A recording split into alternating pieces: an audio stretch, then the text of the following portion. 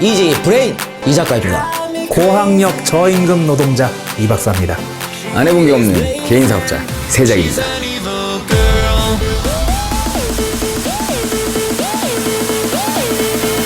이 박사 이 작가 EJ 시작하겠습니다.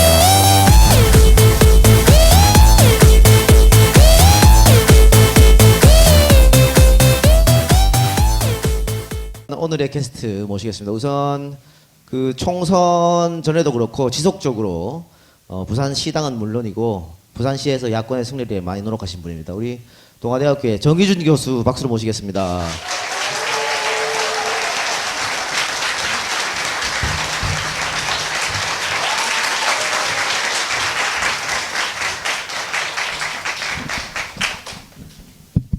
예, 여러분 반갑습니다. 동아대학교 정혜준입니다. 총선 역시 좀 전후로 해서 조금 분위기는 다르지만 또 오늘 이 자리에 EJ를 잊지 않고 또 와주신 여러분, 또 아마 여기 몇 분 계시겠지만 저를 잊지 않고 와주신 또 많은 분들 대단히 감사하게 생각하고요. 오늘 또 뭐 많은 얘기, 재밌는 얘기, 그다음에 또 특히 2부에서 부산국제영화제의 문제에 대한 얘기 나누면서 또 사랑하는 이 부산에 대한 이야기 또 한번 계속 해봤으면 합니다. 감사합니다. 네. 그리고 이번 총선에 정말 핵이었습니다. 돌풍을 아주 일으켜주신 우리 부산 또 시당 위원장이었어요. 열심히 하셨죠. 김영춘 당선인 모시겠습니다.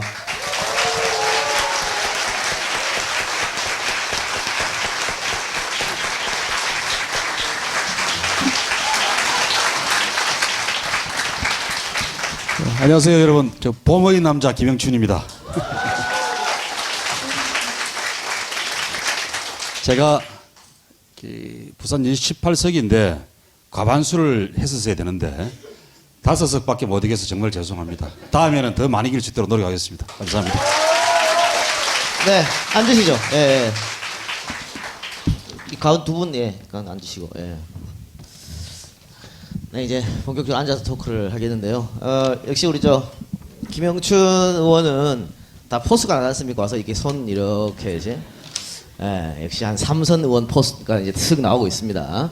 부산에 안 내려왔으면 한 5선쯤 되셨을 것 같기도 하긴 합니다만은. 예. 당선 소감 먼저 말씀해 주세요. 예, 한마디로 전하 후보들이 잘나서 됐다 이렇게 생각할 수는 없습니다. 우리 부산 시민들이 역시 위대했다. 위대한 부산 시민의 승리다 이렇게 한마디로 말씀드리고 싶습니다. 과거에 우리 부산은 전두환 정권 음혹한 독재 시절에도 당시 민정당 후보들을 여기서 추풍낙엽처럼 떨어뜨렸던 그런 야도였습니다. 다시 그 기상, 그 기백을 회복해 가고 있는 그런 상황이고 이제 물꼬는 터졌다라고 생각이 듭니다. 이번에 당선된 야권 당선자들이 더 열심히 노력하고 잘해서 우리 부산 시민들이 터진 마음을 확고하게 만드는 그 일에 앞장서고 선봉 역할을 하겠습니다. 감사합니다.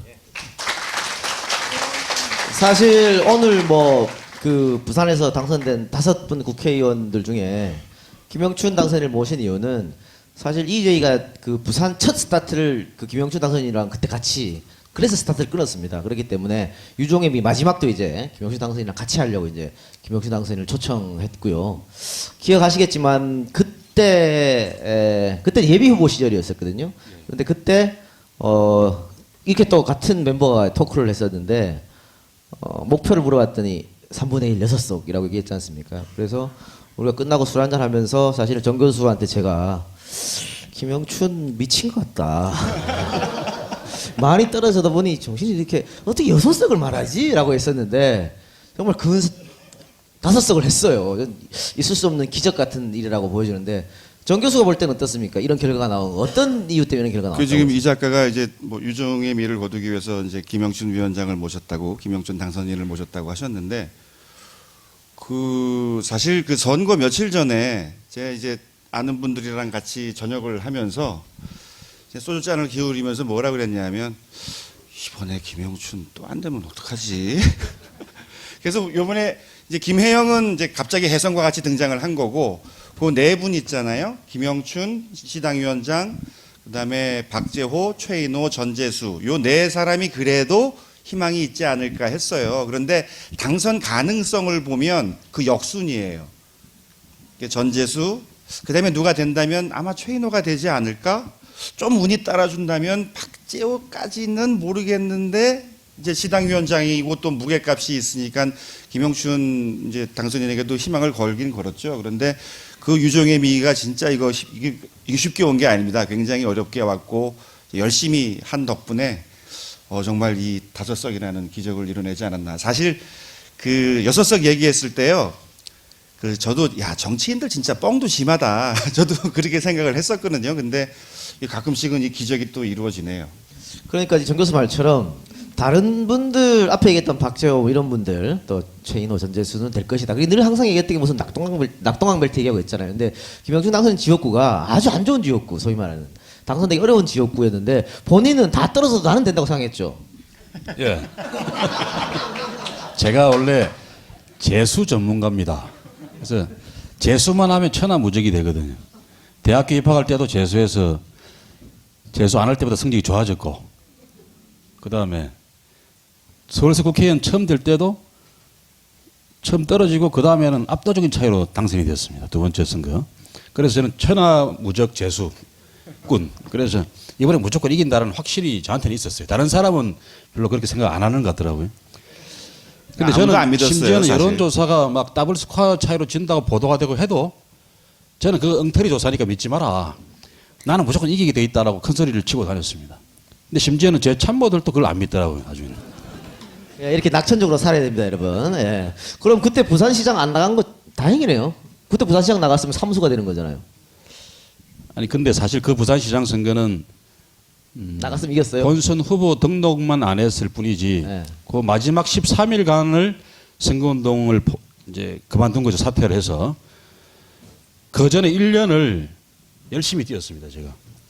부산에 오만 현장을 다 돌아다니고 그 공부를 하고 다니고 각계 전문가들 이야기를 경청하고 다니면서 부산의 대안을 만들고 하는 그런 노력들 1년을 무려 했기 때문에 저로서는 국회의원 한번 선거 떨어진 것보다 더 상처가 컸었습니다. 돈도 많이 까졌고요. 아니 진짜 그때 저도 옆에서 지켜봤는데 무슨 선거 준비를 뭐 이렇게 열심히 하나 싶을 정도로 진짜 그 골목골목 바닥바닥 뭐 어떤 사실 공기업을 가면 원외 인사잖아요. 대접도 못 받거든요. 그런데 그렇게 이런저런 기관들에 가서 사전 약속해서 가서 거기 현황도 파악하고 해서 저도 한번 이제 가봤는데 준비를 이렇게 하면 효과가 있을까? 그럼에도 불구하고 또 계속 하더라고요. 그런 고집을 보면서 되기만 하면 참 좋겠는데. 근데 이제 그때는 여러 가지로 좀 상황이 닿지 않았었던 뭐 그런 상황이었죠.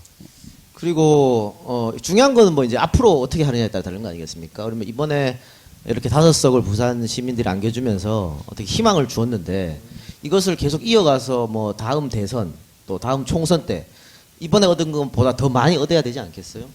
그렇죠. 그걸 이제 어떻게 할 것이냐 중요한 거고 또 이번에 낙선하신 분들도 제가 듣기로는 다 다음번에 도전하겠다 이렇게 지금 출사표를 던진 상황이거든요. 그러면 새누리당이 이번에 실패한 거는 부산 시민의 민심을 못 얻은 것이 너무 못해서. 그런데 5석이나 줘서 꼭 견제를 시켰는데 뭐 5석 줘보니 뭐 그놈이더라 이렇게 되면은 다음에 또 이게 망하는 거 아니겠어요? 그 당선자들끼리 혹은 출마할 분들이랑 이렇게 이런저런 낙선자들끼리 이런저런 얘기를 나누셨습니까? 우리 앞으로는 이렇게 한번 해보자. 그래서 희망을 더 계속 이어가보자 이런 말씀 구체적이거나 어떻게 나눈 적이 있습니까? 예. 일단 당선자 5사람은 우리한테 주어진 그 어깨에 짊어진 그 숙제가 너무 크다. 진짜 우리 방금 이 작가 말씀대로 우리가 잘못하면은 다음에는 야권 5석이 아니라 뭐 오히려 1석도 안 될 수 있는 그런 중요한 시금석이 되는 사람들이니까 우리가 최선을 다해야 된다. 또 각자 개인 플레이를 해서 힘없이 새누리당하고 상대해서 힘없이 이렇게 플레이를 할 게 아니라 5명이 똘똘 뭉쳐서 팀 플레이를 잘 하자. 그래서 우리가 할 수 있는 최대한의 효과를 만들어 보자. 또 성과를 올려보자. 그런 결의를 하고 있습니다. 그게 또 가능해진 게요. 중요한 그 요인인데 조경태가 저쪽으로 갔잖아요. 그래서 이제 팀워크를 살려서 이제 제대로 할 수 있는 네, 그러한 그 시당이 되지 않았나 생각이 되네요. 그런 게 이제 구체적으로 뭔가 나와야 될 텐데 오늘도 사실 2부가 이제 부산영화제에 관한 이야기지 않습니까? 새누리가 독주를 하다 보니까 이런 일도 벌어졌다고 이런 어처구니 없는 일이 벌어졌다고 생각하는데 자 5석을 얻었습니다. 그렇다면은 어느 정도 영향력이 있지 않습니까? 이제는 부산에서 이런 구체적으로 부산영화제 같은 게서는 어떻게 플랜을 갖고 어떻게 나가야 될까요? 뭐 답은 정해져 있는 것 같습니다. 그 답을 어떻게 이제 부산시가 받아들이게 만드는가 이런 건데 이미 총선이 지나고 나서 큰 이 뭐라 그럴까요? 흐름 혹은 어떻게 해야 이 문제가 잘 풀어질 수 있을지에 대한 결론은 이미 공유되고 있는 것 같습니다. 다만 자존심이 남아 있어서 그런 거지. 이번에 그 영화제 조직위원장을 김동호 전 집행위원장으로 이제 하게 된 것도 사실은 부산시가 원해서 그 선택을 받아들인 게 아니거든요. 만일 이번 총선에서 새누리가 압승했다면은 그러면 계속 고집을 피우고 갔겠죠. 그 영화제 문제뿐만 아니라 우리 사회에 지금 지난 한 짧게는 3년, 길게는 8년 동안 사회 전체를 역행시켜온 수많은 사고 사건들이 있었지 않습니까? 그런 일들을 다시 하나하나 다시 정상화시켜내는 그런 흐름이 이미 이제 잡혔다고 보고요.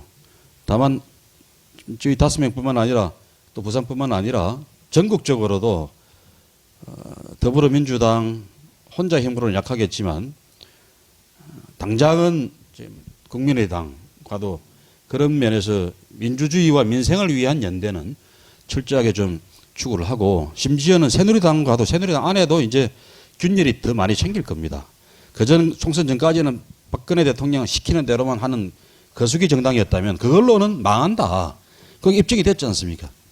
새누리당 국회의원들도 그걸 이미 알고 있으니까 그 안에서도 개혁에 동의하는 사람들의 힘을 같이 끌어내서 8년 동안 저질러진 수많은 그런 파행들 시대를 거꾸로 거슬러 올라가서 희한하게 만들어 그런 일들을 바로잡는데 우리 모든 힘을 다 기울여야 될 거라고 믿습니다. 그리고 또 총선보다도 중요한 게 이제 1년 뭐 한 6개월 앞으로 다가온 대선이지 않습니까? 그럼 거기서도 이제 이 부산의 역할이 굉장히 크다고 보거든요. 예전에 뭐 DJ나 노무현, 문재인이 얻었던 표보다는 더 많이 얻어야 되는 거 아니겠습니까? 그런데 우리 교수님은 어때요? 우리 김영춘 위원장은 뭐 현역 정치인이니까 그래도 객관적으로 못 볼 수가 있어요. 그 민심의 이 도도한 흐름이라든가. 근데 뭐 직접적으로 학생들하고도 매일 부딪히고 지역 상인들하고도 부딪히니까 어떤 것 같습니까? 부산 민심이 예전하고는 많이 다른 것 같습니다. 근데 제가 뭐 학생들이랑 정치 얘기를 하기도 좀 그렇고 제가 뭐 상인들과 얘기하기도 그런데 근데 그 확실한 그 분위기의 그 전환은 있었죠. 과거에는 야당 후보들이 나가서 유세를 하면 뭐 욕하는 사람, 막 방해하는 사람들 많았는데 이번에는 그런 게 이제 확 줄어서 후보들도 다니면서 그런 걸 확실히 느꼈다고 얘기를 하고요. 그다음에 그 일단 5석이라는 것보다 이제 그 일단 우리가 흔히 얘기해오던 일당 독재 이거 안 되는구나. 이래가지고는 지역에 도저히 발전할 수가 없겠구나 하는 것들을 많은 부산 시민들이 이번에 느낀 거죠. 그래서 그것이 선거에 그대로 반영이 된 건데 이런 게 있는 것 같아요. 그 이영희 선생이 과거에 하셨다는 말씀이 있잖아요. 양날개로 날아야 새가 높이 높이 날아갈 수 있다. 그래서 이제 그 저쪽에 이제 새누리당과 함께 더불어민주당에게도 부산 시민들이 기회를 준 게 아닌가. 그래서 이거를 잘 이어나가야겠죠. 그 총선 끝나고 그 봉하마을에서 이제 행사가 있었다고 합니다. 그래서 그때 문재인 전 대표가 거기에 가셔서 인사말을 하는데 그 과거에 그 노무현 대통령이 그렇게 이루고자 했던 그러한 꿈이 이제서야 이루어지기 시작하나 보다 이렇게 인사말을 했대요. 그랬더니 옆에 계시던 권양숙 여사가 눈물을 흘리시더랍니다. 그러니까 이게 과연 우리에게 어떤 그 의미인가. 그렇게 이제 많은 분들이 바래왔던 그러한 그 어떤 지역 불균형의 타파라든가 또 그 더불어민주당이 야당 진보정당 내지는 뭐 그 중도 진보 정당이 이제 전국화도 할 수 있고 이게 그렇게 해야만 또 김영춘 그 당선인이 그렇게 평소에 강조했던 정치가 그래야 정치가 또 발전한다. 우리나라 정치가 발전한다는 이러한 모든 것들 이제 가능하게 된 거니까 저는 그래서 그 5분이 특히 부산에서 잘 해주셔가지고 내년 대선 또 그 후에 곧 또 지방선거 오죠. 그래서 여기서 좀 변화를 이루어내서 그렇게 해서 이 부산이 새롭게 또 부활하고 그 국가 발전을 또 이끌어 나가는 그러한 도시가 됐으면 하는 바람입니다. 제가 대선 관련해서 한마디만 네. 덧붙이면요. 그저께 저희 더불어민주당 당선자들이 광주에 가서 김대중 센터에서 워크숍을 1박 2일 동안 하고 왔습니다. 그 프로그램 중에 하나가 이런 자리에서 광주 시민에게 듣는다 그러고 해서 왜 광주 사람들이 광주에서는 전패했습니다. 이번에 더불어민주당이. 그리고 호남 전체에서 딱 2석밖에 못했습니다. 우리 부산에서 민주당이 5석을 했는데 호남에서 2석밖에 안 됐어요. 3석이 됐습니다. 광주 전남에서 1석이 됐고 전북에서 2개가 됐어요. 왜 이런 일이 벌어졌는가? 그 생생한 현장의 목소리를 듣자 그래서 시민들, 언론인들 해서 한 6분 이야기를 들었는데 다 이야기를 모아보면은 큰 줄거리 딱 하나가 남더라고요. 당신들 하는 거 봐서 그걸로는 절대 내년 대선에서 못 이기게 됐다. 이길 수 있는 팀이 아니다. 그래서 이길 수 있는 팀이 되라고 회초리를 세게 때린 건데 이 회초리 정도가 아니라 그냥 몽둥이가 되어버렸다. 이런 이야기였습니다. 본인들도 놀라는 정도의 결과가 나왔다는 거죠. 근데 지금 우리 부산에서 이야기를 하고 있는 이유는 우리가 부산에서 5석을 거뒀는데 이게 단지 흘러가는 일과성 그 성과만으로 끝나지 않고 부산 경남의 이 성과, 부산 경남도 3석이나 됐지 않습니까? 그게 이제 부산 경남의 표심 자체를 바꾸는 큰 전환점을 만들어내고 한 1년 반 남았습니다만 내년 대선 국면쯤에서는 문재인 후보가 득표했던 한 40%, 부산 경남 40% 득표했거든요.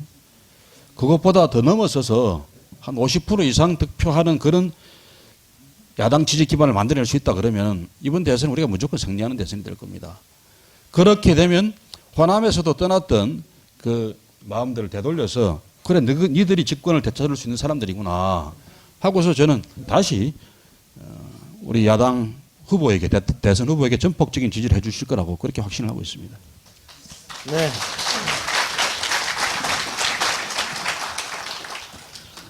그 워크숍을 광주에서 한 것 의미가 있겠죠? 그렇죠. 그러니까 전국적으로는 우리 부산을 포함해서 전국적으로는 새누리당을 심판하는 선거였지 않습니까? 근데 광주에서는 전남에서는 민주당을 심판하는 선거였어요. 그게 그 지역에서는 적어도 민주당이 여당이었고 기득권 정당이었기 때문에 이들 그따위로 해갖고서 뭐가 되겠냐. 그리고 무슨 지역 안에서도 뭐 국회의원들이나 그 정치 영향력을 가진 사람들이 이른바 뭐 상전 행세, 우리 부산에서 새누리당 국회의원들 보았을 때 이 사람들이 상전 행세를 한다 그렇게 느꼈듯이 거기는 민주당 국회의원들 정치인들의 그런 인상을 가졌던 것 같아요. 거기에 더해서 이제 집권할 수 없는 정당 아니냐. 맨날 선거하면 지기만 하고 말이야. 그래서 한번 정신 차려봐라 하고 때렸다 이런 거니까 저희들은 도대체 그러면 이렇게 왜 그런 마음들이 일어났고 우리가 동의할 수 있는 것도 있지만 동의 못하는 것도 있단 말이죠. 그래서 진지하게 한번 대화를 해보자 이런 차원에서 광주 워크숍을 결행을 했는데 뭐 저처럼 부산에서 살고 부산에서 선거를 했던 사람으로서는 잘 이해가 안 됐던 면도 이번에 가서 들으면서 많이 이해가 됐습니다.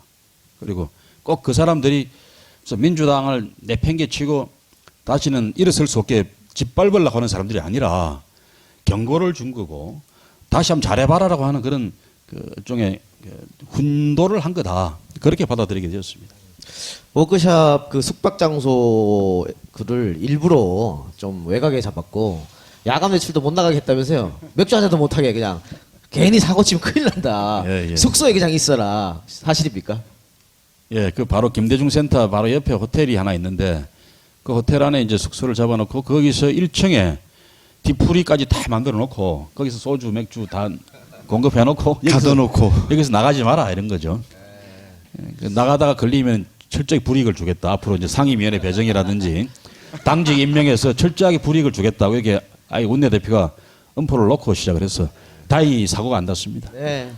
다행이네요. 그래서 저는 그 이번에 선거에서 좀 이해가 안 되는 게 있잖아요. 바로 그 상전 노릇하던 과거 그 야당의 국회의원들 이 국민의당 갔는데 다 그 사람들을 또 뽑아줬잖아요. 이게 어떻게 보면 이해가 안 되는 건데 또 한편으로 보면 이게 이제 자식을 생각하는 부모의 마음으로 정말로 회초리를 든 것 같아요. 그러니까 일단 너희들을 한번 가르쳐야겠다라는 생각으로 호남민들이 표심을 결정을 한 거니까 그것을 뭐 야당을 버렸다거나 그렇게 생각하지는 않고요. 언제든지 우리랜다.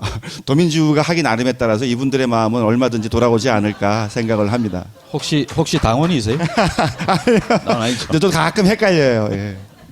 그러니까 저는 종편 나가서 우리 당이라 그랬어요.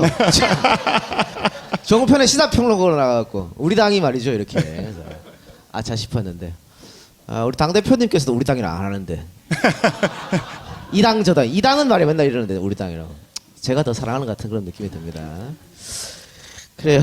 자 그건 그렇고 어쨌든 더불어민주당이 어제도 일당 아니겠습니까? 일당인데. 그래서 많이 지금 기대를 갖고 있습니다. 그래서 그런지 더불어민주당 국회의원들이 첫 세비를 받지 않고 반납하겠다 이런 이야기가 들리더라고요. 그 구체적 이야기는 뭐죠? 예, 지금 5월 30일부터 임기가 시작돼서 5월 30일, 31일 이틀 동안 이제 이틀치 세비를 받습니다. 그 65만 원이 된다 그러는데 옛날에는 몇 년 전까지는 이틀 임기 동안 한 달치를 받았거든. 이제 그걸 하도 욕을 많이 먹어서 없애고 이틀치만 받게 돼 있습니다. 근데 이틀치조차도 사실 뭐 일을 제대로 하고서 받는 건 아니니까 이제 6월 달부터 개월이 되는데 저도 잘 이해가 안 되는 게 저도 그전에 국회의원 해봤습니다만 왜 5월 30일부터 시작하기로 굳이 하는지를 잘 모르겠어요. 그 날짜를 바꾸면 될 텐데. 그래서 이틀치를 받는 게 불로소득처럼 느껴져서 이것조차도 반납을 하자. 근데 뭐 국가 반납하는 방법은 별로 없습니다. 그래서 다행히 이제 우리 당에 들어온 이번에 새로 국회의원 된 사람 중에 재영경 당선자라고 주빌리은행 창설해서 이제 소액 채무 불량자들 이런 사람들 도와주는 그런 일을 하는 사람이 있는데 이제 그 재경경 당선자가 제안해서 65만 원 한 사람이 낸 걸로 1억 원어치의 채권을 매입할 수 있답니다. 그러니까 그 채권은 거의 금융기관들이 포기하다시피 한 이제 그런 채권이죠. 그래서 1,000만 원이면은 1,000만 원에 사는 게 아니라 그걸 뭐 한 5만 원, 6만 원 정도에 사는 뭐 이런 식의 그런 채권 당감 방식이 있답니다. 그래서 그렇게 하면은 65만 원 정도로 1억 원 정도의 채권을 살 수가 있다. 그래서 123명이 전체 모은 돈으로 약 한 1,000명 정도의 신용 불량자들을 구제할 수 있다. 그러니까 많은 고액 채무자들은 우리가 손을 못 대는데 소액 채무자들, 그래서 그 소액 채무조차도 1,000만 원, 2,000만 원 그 돈도 못 갚아서 신용불량자가 되고 사회생활을 하지 못하는 그런 사람들이 많이 있다는 겁니다. 우리 사회에. 그 중에서 1,000명이라도 우선 구해보자. 그렇게 해서 다 동의하고 네. 헌납하게 됐습니다. 이게 중요한 거죠. 사실은 추심업체에서 그 소액도 못 갚는 분들 돈 한 1,000만 원 못 갚는다면 그거 뭐 20만 원, 30만 원에 사가지고 자기들은 계속해서 추심해갖고 500, 1,000만 원 다 받아내는 거거든요. 그러니까 그걸 못하게 하려고 주빌리 은행이 만들어졌고 이것은 무슨 뭐 도덕적 해이하고는 전혀 상관이 없는 그런 문제입니다. 그렇기 때문에 꼭 필요한 건데 어쨌든 첫 세비를 그렇게 해서 반납해서 그렇게 한다 그러면 앞으로 임기 4년 계속 거기에 신경 쓰겠다고 하는 얘기니까 힘을 걸어올 것 같고요. 저는 근데 첫 세비 반납 그래갖고 진짜 한 돈 1,000만 원 내놓는 줄 알고 참 대단하신 분이네. 예. 64만 원이었다는 거죠. 예. 아니 그 돈도 큰 돈이죠. 64만 원이면. 예. 그죠? 그렇습니다. 네, 우리 저 많은 분들이 김영춘 당선인에 대해서 부산시당 위원장도 하셨고 그리고 이제 또 중진으로 이제 올라섰었고 또 뭐 노무현 대통령처럼 서울에 편안한 지역구가 있는데 굳이 그거를 걷어차고 부산에 내려왔고 뭐 이런 여러 가지 이유로 조금 중앙 정치에서 뭐 크게 뭔가를 해봐야 되지 않겠느냐 이런 기대감이 많이 있어요. 그래서 당 대표 한번 나와라 이런 어떤 푸시가 있는 것 같은데 맞습니까, 교수님? 있습니까 그런 게? 이제 본인 뜻이죠. 근데 주변에서는 그 김영춘이 당대표 하면은 당연히 잘 될 것 같다. 그런 의견들은 많이 하세요. 근데 이번에 이제 한 8년 쉬었다가 다시 진입하는 상황에서 그게 어떨지 모르겠네요. 생각 안 해보셨어요? 진지하게? 예, 뭐 저는 개인적으로 이제 8년 만에 귀환을 했는데 또 부산에 돌아서 5년 동안 제가 부산 사람들한테 약속한 게 참 많이 있습니다.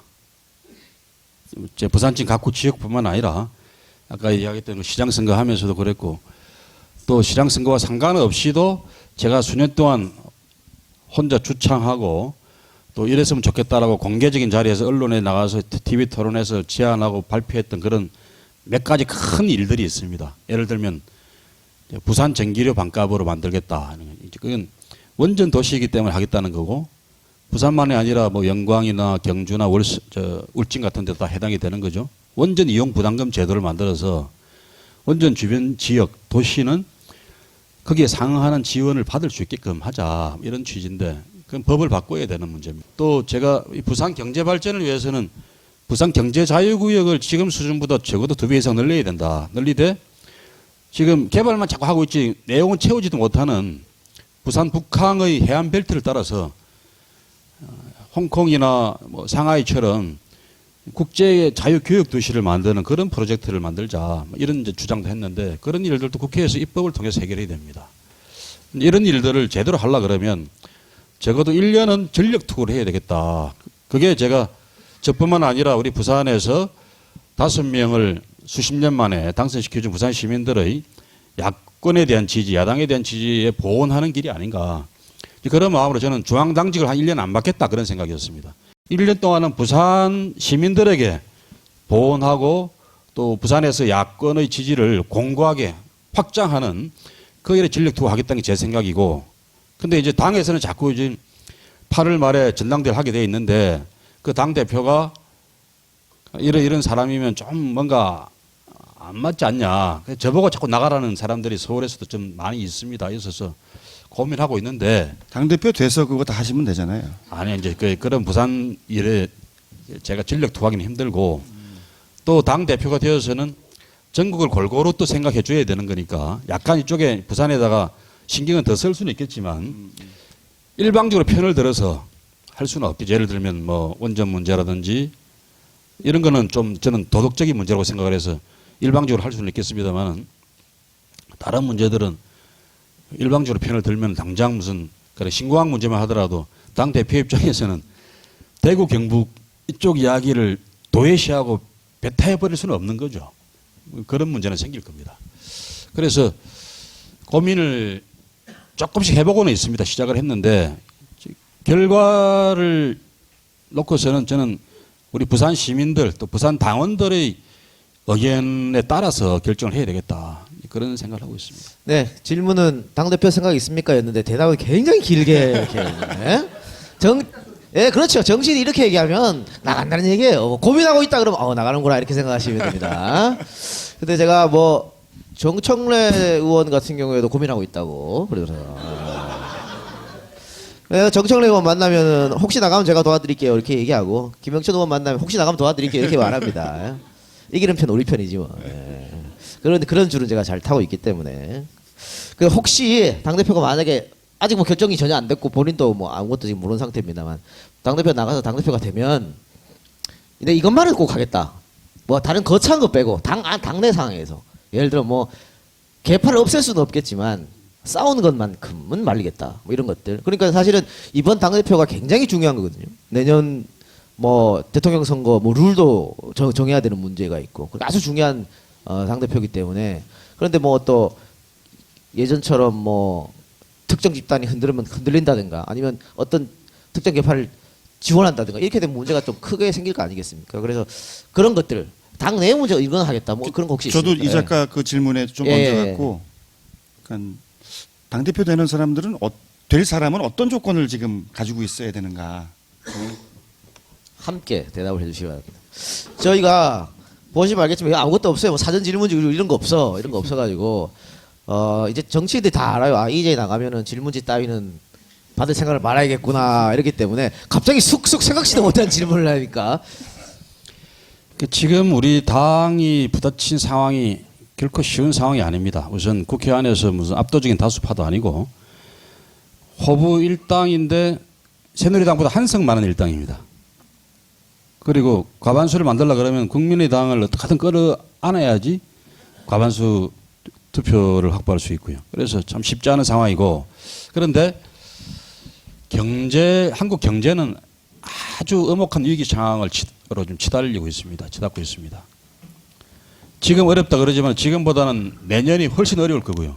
내년보다 내후년이 더 어려울 겁니다. 이런 상황에서 원내 일당이 맡아야 될 그런 책임은 그야말로 이제 어깨를 짓누르는 그런 막중한 책임이 있는 거죠. 정부 여당한테 너희 일이니까 우리는 뭐 반대만 하고 잔소리만 하겠다, 훈수만 하겠다 이렇게 할 수도 없는 상황입니다. 이런 상황에서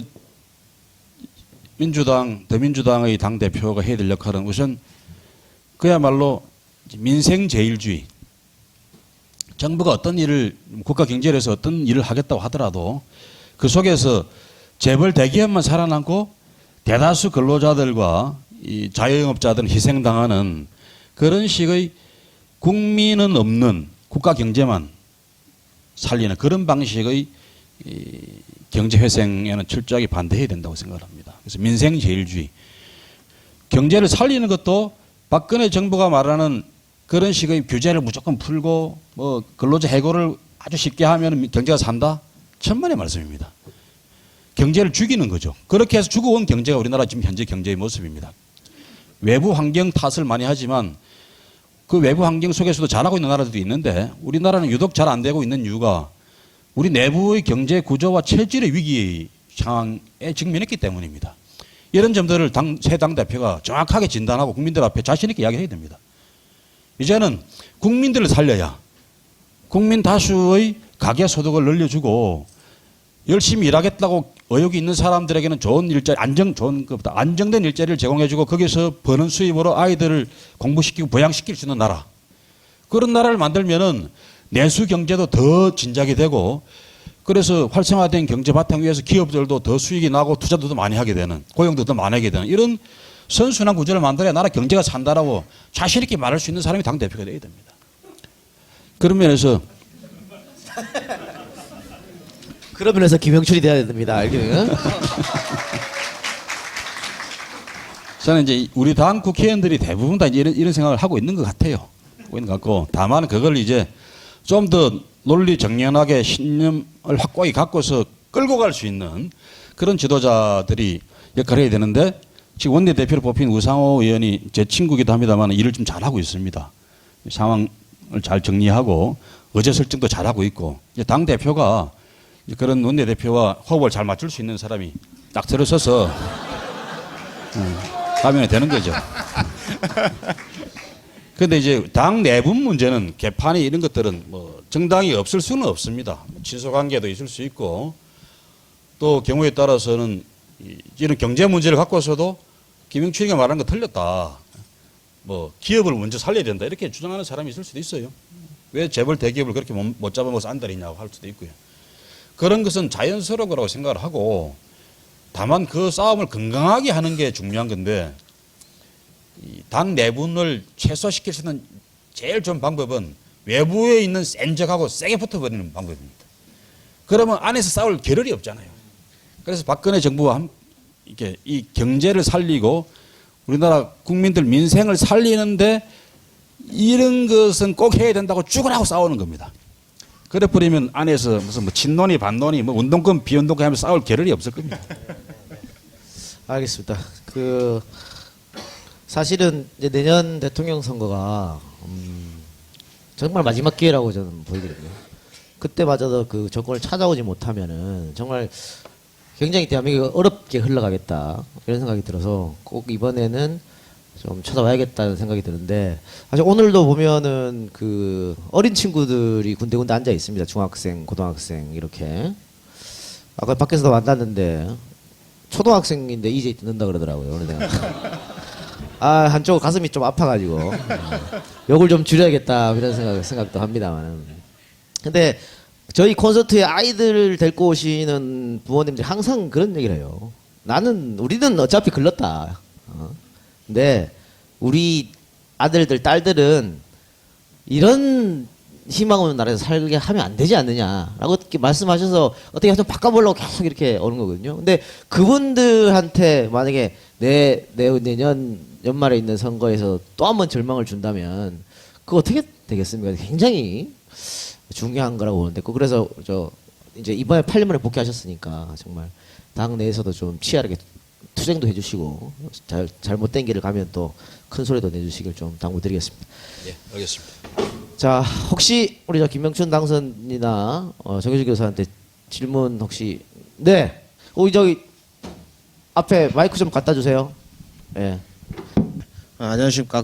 동래구에서 윤명수라고 합니다. 예, 일단 당선 축하드리고요. 하고 싶은 얘기는 이제 더민주에 대해서 얘기를 하고 싶은데요. 지금 이번 총선에서 비례대표가 1당, 2당, 3당, 그러니까 새누리, 더민주, 국민의당이 거의 비등비등하게 나온 걸로 알고 있습니다. 이 즉슨 서로 이제 견제를 하는 거하고 지금 더민주 입장에서는 절반뿐이 승리라고 생각하고 있거든요. 그래 앞으로 총선이 1년 6개월 남았는데 앞으로 어떤 식으로 시민들이나 국민한테 모습을 보여줘서 대선에 승리하는 진행할 수 있는지 그거 하고요. 또 하나는 지금 며칠 전에 뉴스를 봤는데 20대 당선 이제 워크숍을 하면서 특권 의식이 너무 권리를 배우기 전에 특권을 먼저 지금 특권이 너무 배운다는 그런 뉴스를 본 적이 있습니다. 그래서 20대 국회에서 특권에 대해서 어떤 식으로 조금 감가를 하든지 더 추가를 할 것인지 혹시 생각한 거 있으시면 말씀해 주십시오. 예. 비례대표 투표, 정당 투표죠. 정당 투표에서 비슷했다는 게 이번 투표는 대부분 다 부산 시민들 중에서도 새누리당 지지했던 사람 중에서도 실망해서 안 찍으러 가거나 찍으러 가도 그분들 중에서 야당 후보를 사람은 야당을 찍고 정당 투표는 민주당은 도저히 못 찍겠다. 그래서 제3당인 국민의당에다 찍고 이런 사람들이 꽤 있어요. 서울에 가보니까 더 많아요. 그런 사람들이. 그래서 결과적으로 제3당인 국민의당 비례대표가 많아졌고 그리고 사람은 또 이제 2당인 민주당에게 줘서 서울 경기도에서도 한 3분의 2 이상 민주당이 당선이 되었죠. 그래서 국민들이 그런 이제 분리 투표를 하신 것 같아요. 그게 우리 당 입장에서 보면은 우리 당을 지지해서 많이 찍어준 게 아니니까 우리를 겸손하게 만드는 그런 채찍이 됐고요. 또 한편에서는 이제 3당 입장에서도 봐도 저는 그게 꼭 1당, 2당이 믿거나 싫어서 혹은 경고를 하기 위해서 3당을 찍었지 3당이 엄청나게 잘해서 박수를 보냈기 때문에 찍은 건 아니라고 생각합니다. 그런 점에서도 국민의당에게도 이렇게 표는 주고 의석은 줬지만 잘 하기를 요구하는 그런 표심이 다 작용했다고 생각이 들어서 이제 앞으로 남은 1년 동안 대선 본격화되기 전까지 한 1년 남았는데 특히 국회 활동을 통해서 우리 당이나 국민의당이나 우리에게 표를 준 국민들의 그 마음을 잘 받들어서 그야말로 그분들의 편에 서서 정치를 하고 의회 활동을 하고 표결을 하는 그런 정치를 통해서 이 지지를 좀 더 굳게 만드는 공고하게 만드는 노력을 하는 수밖에 없다고 생각을 합니다. 네. 그리고 두 번째 질문 특권 의식 갑질 문제에 대해서는 지금 시간이 없는 관계로 대답 안 하셔도 됩니다. 만약에 갑질을 한다거나 특권을 부리면 저희가 방송에서 막 폭로할게요. 예. 과감하게. 그래서 그렇게 할 테니까 걱정 안 하셔도 될 것 같고요. 자, 우리 2부 순서가 있으니까 혹시 여기 부산 경남 이외 지역에서 오신 분 계십니까? 멀리서 오신 분? 네, 어디서 오셨어요? 성남? 경기도? 이거 여기보다 더 멀리 오신 분 계세요? 네. LA! 자, LA 마이크 갖다 주세요. LA 마이크 갖다 주세요. LA보다 더 먼 데는 없겠지, 예.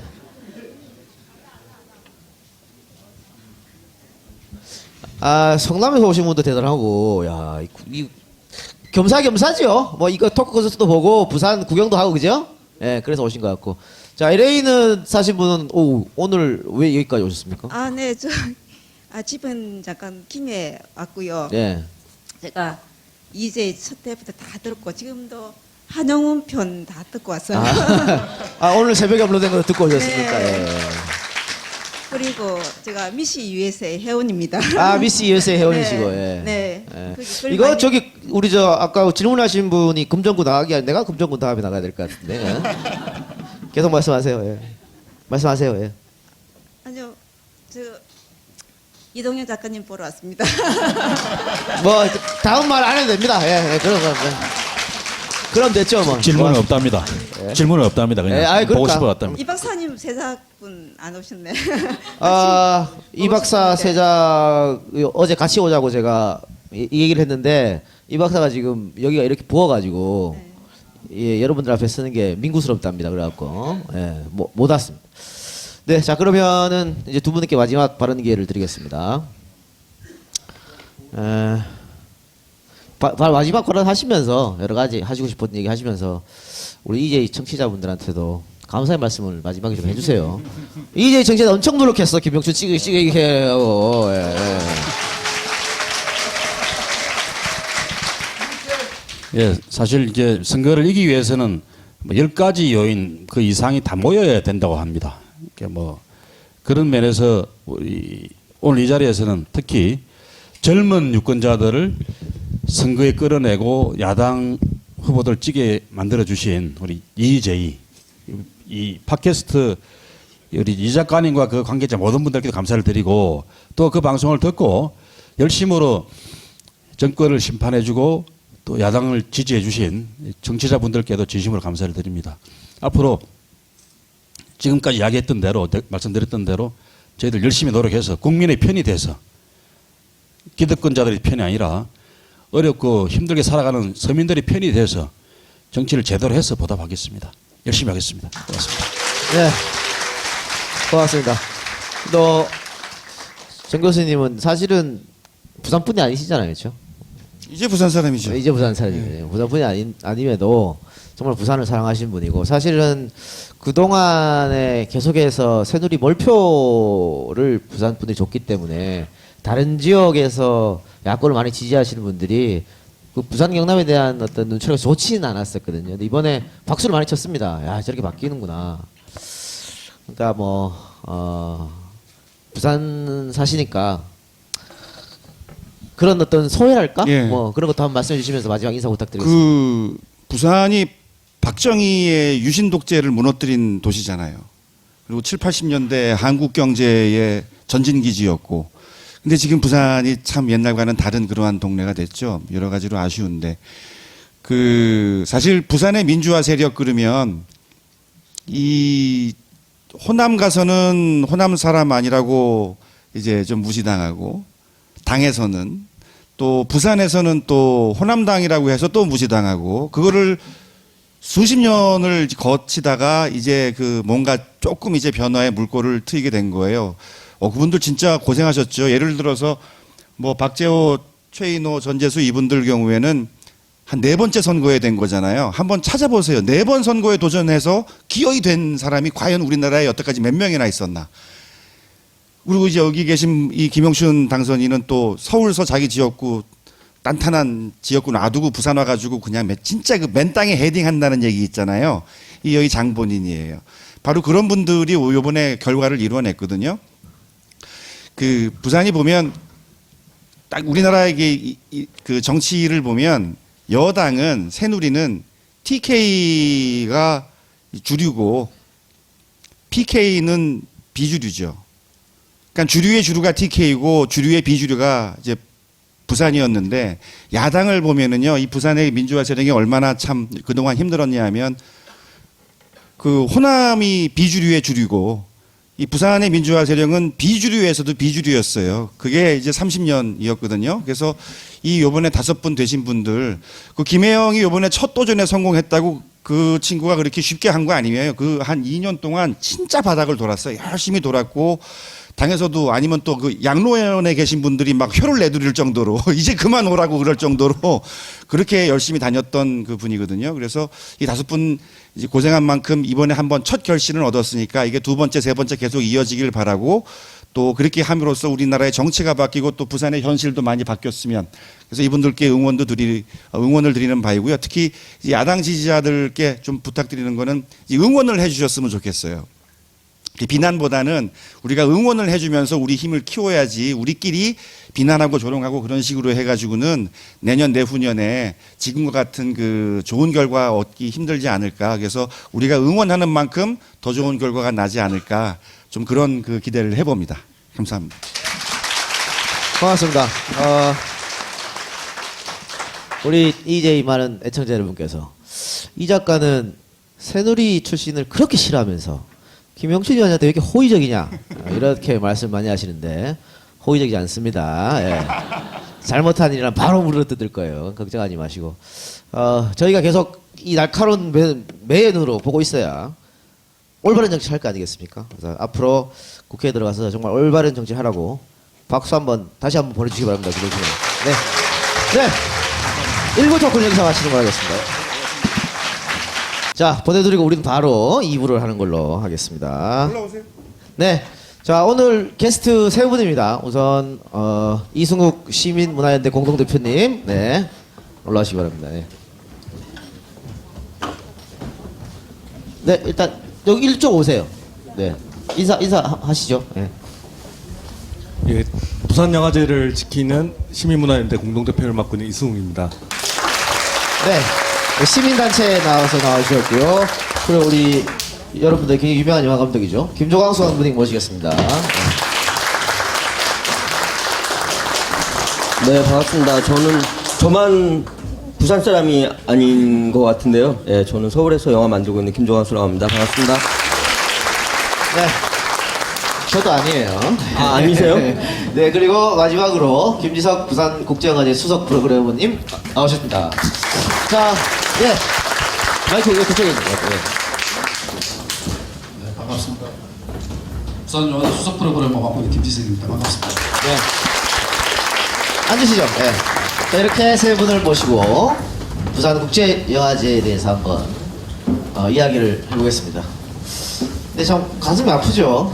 잘 되고 정말 세계적인 영화제로 발돋움한 부산국제영화제를 가지고 남 까는 전문 방송인 이 EJ에서 한다는 게 참 그렇게 아이러니하고 그렇습니다만 현실이 그렇습니다.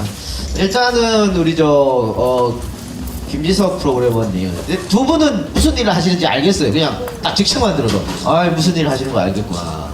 근데 이 수석 프로그래머는 어떤 일을 하는 겁니까?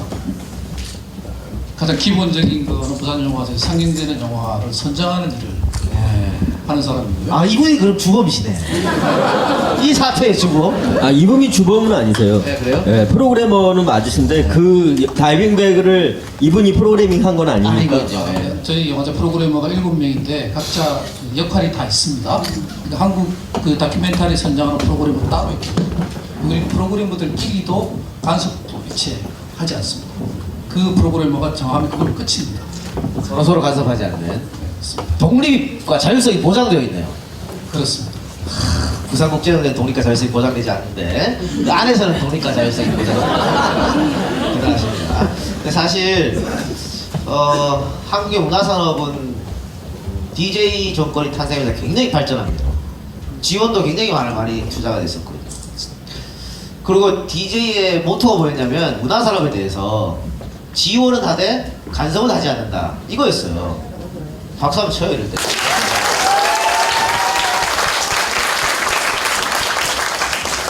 나 이렇게 DJ 어록을 다 외울 정도로 DJ 봤는데 나보고 자꾸 영남 패권주의자라고요. 그러니까 그게 맞는 거지 않았습니까? 정부에서는 이 영화인들 혹은 문화예술인들이 정말 자기의 창의력을 막 발휘해서 정말 좋은 작품 만들고 좋은 작품을 이야기할 수 있도록 그런 발판만 마련해주면 되는 거예요. 왜 자기들이 거기다 간섭하고 이래라 저래라 얘기합니까? 문제가 있는 건데 지금 현재 부산국제영화제는 정부에서 그러고 있기 때문에 문제가 생긴 거 아니겠습니까? 근데 많은 분들이 사실은 부산국제영화제 문제가 있긴 있는데 구체적으로 무슨 문제가 있는지 잘 모르시는 것 같아요. 요거에 대해서 우리 간략하게 아마 다이빙벨 상영 때문에 그렇다는 걸 알 것 같은데 이거 뭐 사태 전말이라 그럴까요? 일지라 그럴까요? 그건 짧게 좀 설명해 주실 수 있겠습니까? 네, 뭐 잘 아시다시피 벌써 1년 8개월 전인데 부산영화제 2014년 부산국제영화제가 열리는 시점에 시장이 공개적인 상황에서 사실은 다이빙벨이라고 특정 영화를 상영하지 못하게 했었고 최근에 이야기하는 뭐 합의가 진행되는 과정에서도 이 영화에 대해서 평가하기를 이 영화는 예술적 영화가 아니라 정치적 목적에 의해서 만들어졌다라는 발언을 이렇게 부끄럼 없이 함으로써 문화예술에 대한 이해가 얼마나 부족한지를 드러냈는데, 문화예술이라는 것은 정치적인 메시지를 전하는 사람도 있고 굉장히 순수한 어떤 감정에 대한 것을 표현할 수도 있고 아무튼 굉장히 철학적 내용들을 표현할 수도 있고, 그만큼 다양한 것들이 문화예술의 기본이고, 그래서 문화예술에서 기본적인 어떤 민주사회에서 원칙 자체가 표현의 자유라는 문제인데, 그 부분에 대해서 이렇게 침해했던 것이 발단이 되었고, 그 이후에 그 부산국제영화제에서는 당연히 이 부분에 대해서 시장의 요구를 거부를 했었고, 그 이후에 뭐 위원과 위원장에 대한 이제 해임 압력, 그다음에 감사원을 통한 감사, 그리고 나중에는 검찰 고발까지 이르게 되는 1년 8개월 동안에 끊임없는 개입과 압력과 탄압들을 해왔고, 그것에 대해서 부산영화제뿐만 아니라 문화예술인들도 많이 공감해서 끊임없이 이 부분에 대한 문제 제기를 해왔던 것이 지난 1년 8개월 동안의 과정입니다. 다시 한번 정리하면 이게 뭐 어제 오늘 일이 아니고 2014년 9월부터 시작된 거죠. 그러니까 아까 얘기했던 뭐 어떤 프로그래머가 선정해서 부산국제영화제에 초청을 합니다. 다이빙을. 그렇죠? 그러니까 누가 싫었나 보지, 이 영화가 상영되는 게. 누구지도 모르겠습니다. 싫어가지고 그거 상영하지 마라, 정치적 중립을 훼손한다, 뭐 이렇게. 아니 상영도 안 되냐 하는데 어떻게 알아 정치적 중립이 훼손된지 안 했는지. 점쟁이도 아니고 이상한 분인데, 그렇게 하면서 압력을 행사를 하는 겁니다. 그렇죠? 상영하게 되면 뭘 어떻게 하겠다, 감사를 하겠다, 이런 식으로. 그런데 부산국제영화제에서 그거를 공식적으로 그걸 거부를 한 것이고, 그러다 보니까 또 다른 압력이 계속 와서, 이제 그렇다면 영화인들이 우리는 부산국제영화제 계속 할 이유가 없다, 뭐 보이콧 이런 문제까지 나왔습니다. 네. 이런 사태까지 이렇게 돼 있는데, 우리 감독님께서는 그 창작자의 한 사람으로서 이렇게 표현의 자유를 정부에서 계속해서 침해하는 거예요. 아까 뭐 대표님께서는 여기에서 지금 문화예술에 대한 이해가 좀 부족하다, 그렇게 말씀해 주셨는데, 창작자로 입장은 어떠세요? 네, 일단 그 부산시장, 서병수 부산시장이 다이빙벨이라는 영화를 보지도 않고 어떤 영화인지도 모르는 상태에서 무조건 세월호를 다룬 영화다 라는 이유로 부산국제영화제에서 이 영화를 틀면 안 된다라고 압력을 행사한 것 자체가 저는 너무 말이 안 되는 일이다. 그 영화가 어떤 영화인지도 모르는 상태에서, 게다가 부산영화제에서는 정말 그 영향력이라는 것이 엄청난 부산시장이잖아요. 부산시장이라는 사람이 자기가 어떤 말을 하면 그 말이 어떤 결과를 나타낼지를 뻔히 아는 그 사람이 그런 말을 했다는 것 자체가 저는 너무 이건 큰 문제다. 사실 그 전에 부산영화제와 관련해서, 부산영화제 상영과 관련해서 이런 일이 없었던 것은 아니에요. 어떤 영화, 특정한 영화를 상영할 때 뭐 어떤 기관에서 혹은 어떤 회사에서 뭐 어떤 외국 뭐 대사관에서 어떤 영화를 상영하지 않았으면 좋겠다, 그 영화는 문제가 있는 것 같다, 이런 이야기들을 이렇게 여러 번 해왔었거든요. 여러 번 해왔지만 이렇게 영화를 상영했다는 이유로 그 다음에 여기까지 문제를 키워오고, 그래서 결국은 집행위원장을 자리에서 내쫓는, 여기까지 한 적이 없었던 거죠. 근데 왜 여기까지 오게 됐는지에 대해서 한번 고민해 보셔야 될 것 같아요. 이 방송을 듣는 분들이 왜, 그러면 그 전에 다른 정권 하에서도 이런 일들이 좀 있었다고 하는데 왜 그러면 부산시 서병수 시장은 왜 이 문제를 여기까지 끌고 왔는가? 그 영화가 어떤 영화길래? 출발은 다이빙멜이라는 세월호 관련 영화잖아요. 저는 거기서부터 출발해야 된다고 생각합니다. 그래서 그 세월호 관련한 영화를 왜 못 틀게 했는지, 못 틀게 했는데 틀었으니까 이 지경까지 끌고 온 거잖아요.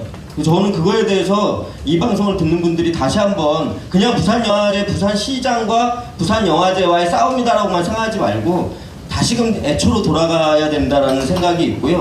그리고 이제 부산영화제에 자기 영화를 출품해서 상영되었던 감독들이 그 기자회견을 하고, 올해 만약에 부산영화제의 독립성이 지켜지지 않으면 우리는 앞으로는 보이콧하겠다라는 기자회견을 한 적이 있었어요. 저도 그 감독 중에 한 명이었는데, 왜 우리가 이런 절박한 마음을 갖고 그 부산영화제 내가 영화를 만들면 부산영화제 앞으로 출품하지 않고 그리고 부산영화제 가지 않겠다라고 이야기할 수밖에 없는가. 사실 영화를 만드는 사람들은 한국에서 제일 좋은 영화제고요.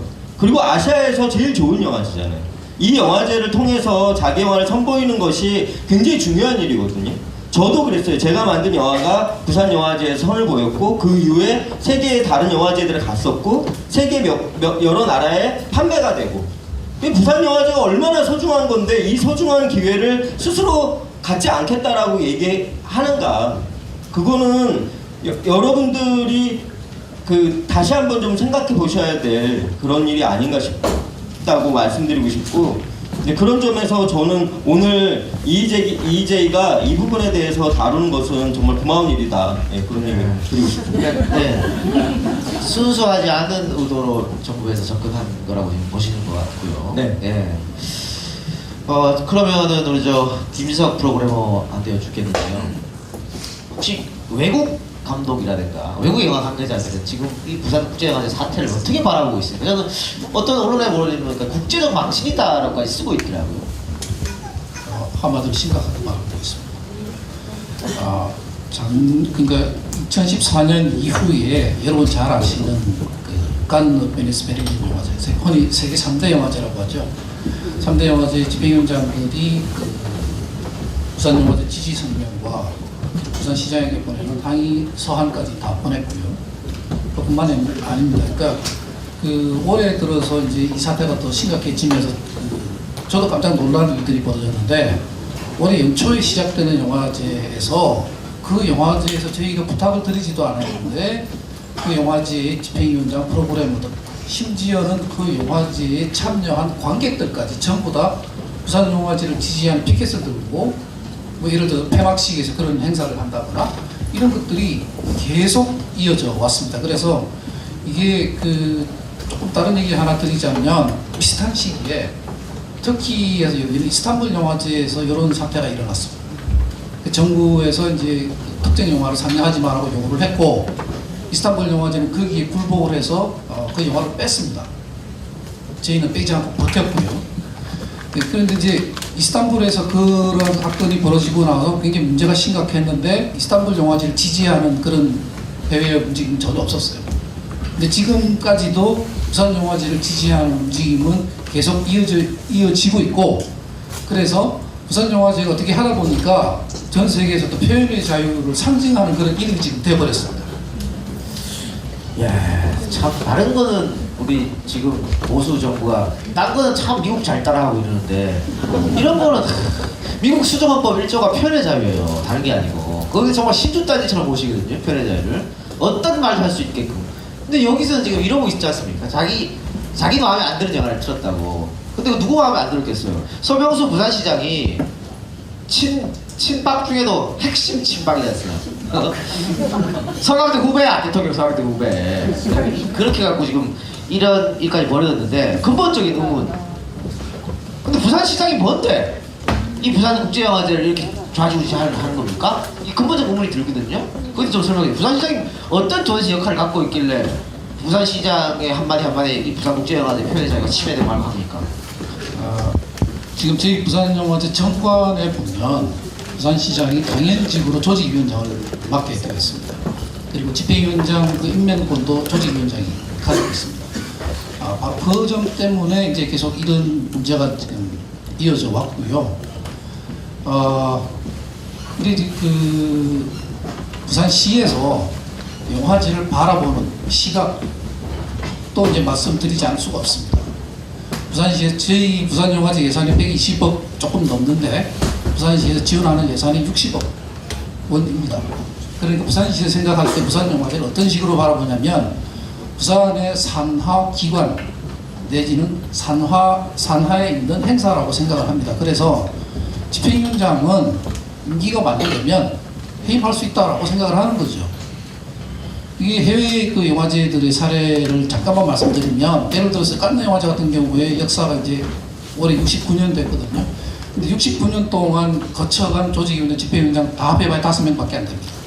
왜 그러냐면 영화제라고 하는 것은 거기 조직위원장 혹은 집행위원장이 특히 집행위원장이 오랜 기간 동안에 네트워크를 쌓고 경륜을 쌓고 해야만 그 영화제가 성장해 나갈 수 있는 거거든요. 이런 영화제만의 그 아주 독특한 상황들이 있는 것인데 시에 계시는 분들은 부산 영화제를 우리가 60억 원을 지원하니까 그냥 얼마든지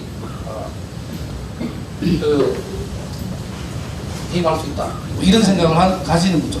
문제는 거기에서 비롯된 거예요. 그리고 제가 조금 덧붙이자면요. 처음에 이게 지금 2014년에 발생한 문제인데 사실은 이 부산영화제가 1996년에 만들어졌잖아요. 1996년에 부산시가 부산영화제를 만든 게 아니에요. 영화인들이 그 영화인 중에 이를테면 김지호 선생님도 여기 계신 분도 계시고 이용관, 김동호 이런 분들이 주축이 되어서 영화제를 만든 거예요.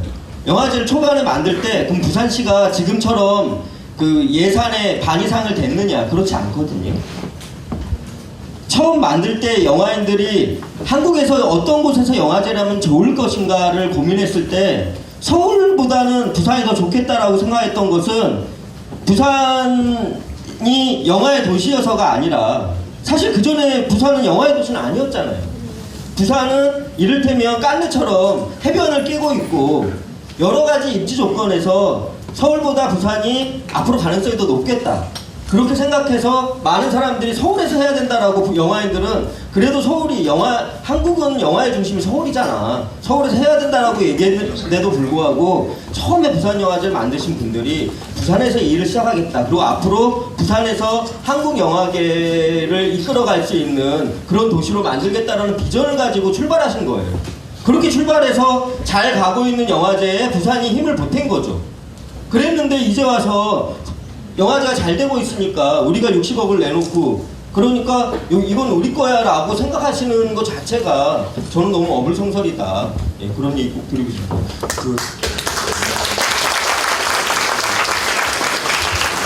두 분이 이제 영화 쪽 전문가들이시고 저는 이제 비영화인이라고 할 수 있는데 그래서 뭐 때로는 영화도 아닌 사람이 왜 낯서냐 이런 이야기를 듣기도 하는데 저희들이 이제 공감하는 문제는 아까 앞에서 이제 뭐 그 살길이 원칙 지원할 때 간섭을 하지 않는다 이런 말씀도 해주셨고 김조광수 감독님께서는 감사하다라고 EJ를 다뤄줘서 했는데 저는 EJ가 정말로 다뤄야 될 문제가 이 문제다라는 생각을 하는데 뭐 사실은 표현의 자유 이런 이야기가 나왔지만은 문화예술에서 심지어 TV 방송이나 이런 어떤 대중적인 컨텐츠에서 대통령이나 안 그러면 정치적 이슈를 다루는 것이 허용됐던 역사가 사실은 그렇게 길지가 않습니다. 흔히 뭐 87년 세대를 거치면서 뭐 김영삼 정부, 김대중 정부 이렇게 오면서부터 표현의 영역들이 문화예술 분야에서 자리를 잡아왔고 그 다음에 그 전에는 사실은 문화예술 분야는 아까 말씀하신 것처럼 정부에서 다 했습니다.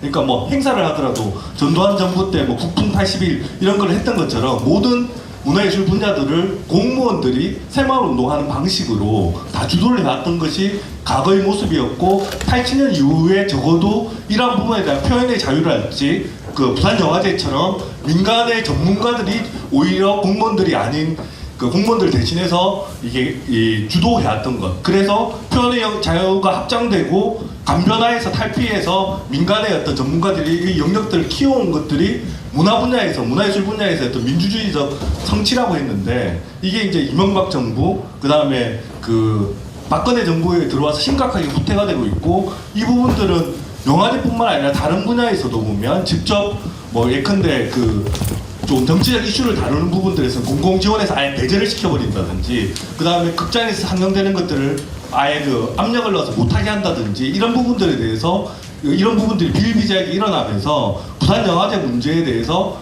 많은 다른 분야에 있는 문화예술인들도 공감을 한 거죠. 이게 굉장히 심각한 민주주의 후퇴고 부산영화제마저도 무너진다라고 한다면 다른 문화예술 분야들은 더 말할 것도 없이 시대에 굉장히 역행하는 80년대식으로 돌아갈 것이다. 그래서 아마 뭐 박근혜 정부와 그리고 박근혜 정부에 진실하게 다른 사람들은 기본 마인드가 80년대식 내지는 80년대 이전 시기에 표현의 자유를 이 문화예술 분야에서는 정치적 메시지를 담을 수 없다라는 그런 발상을 한다든지 아까 말씀드린 것처럼 이런 영화제 같은 기관도 뭐 민간 전문가들이 하는 것을 자율성과 독립성을 보장해서 존중해줘야 된다는 생각이 아니라 내 밑에 있는 공무원 조직처럼 내 뜻에 따라야 된다든지 이런 식의 어떤 간변화의 발상들을 가지고 있는 것 자체가 굉장히 시대 역행적이고 문화예술 분야에서 가장 비민주적인 뭐 예를 들면 어떤 역사적 어떤 역행 사례가 아닌가라는 생각을 하게 됩니다. 그 부산국제영화제에 대해서 기성 언론이나 또 팟캐스트 같은 대한 언론에서 안 불러주는 모양이죠. 세 분이 가지고 울분을 토해가지고 내가 뭐 질문할 겨를도 없이 막 스펙트럼과 번갈아 하면서 얼마나 말을 하고 싶었으면. 그래요. 앞으로 종종 모시도록 하겠습니다. 다음에 또 오는 건가요? 다음에는 서울로 오세요. 계속해서 이제 관에 대한 말씀 많이 해주셨는데, 그러니까 예전처럼 관이 주도하니까는 문화예술이 우승하지 못했던 것이죠. 그러니까 민간이 자율로 맡기니까 지금처럼 한류 붐도 일어나는 것이고, 좋은 작품들이 외국 우수영화제 같은 상도 받아오고 그런 거 아니겠습니까? 근데 아까 이승국 선생 말에 의하면 지금 부산시는 산하기관으로 알고 있다, 국제영화제를. 근데 지금 그 산하기관에서 일하고 계시잖아요. 아니라니까. 그러니까 그 사람들 입장에 의하면, 그 사람들의 눈높이를 보면, 그런데 산하기관에서 일하는 놈이 막 이렇게 이런 데 와가지고 막 떠들고 하면 또 불이익 당하는 거 아닙니까? 어떤 분위기예요? 뭐 나가 이러니까. 그래서 지금 이렇게 버티고 있지 않습니다. 솔직히 말씀드리면 사태가 굉장히 심각해졌을 때 전들 아이 내가 뭐하러 여기서 내가 이러고 있어. 난 평생을 오로지 영화제만 생각하고 일해왔는데 이 나이에 내가 이런 수모를 당해야 되나, 나갈래 뭐 이런 생각 왜 안 하겠습니다. 근데 그 뒤를 생각을 해봤거든요. 그래서 저희가 뭐 총사퇴하고 뭐 그러면 그 다음에 시 어떻게 할까를 생각을 해봤어요. 이상한 사람 넣겠죠? 우리 이상한 영화제 만들겠죠? 제가 그 꼴을 못 보겠다. 그래서 내가 속이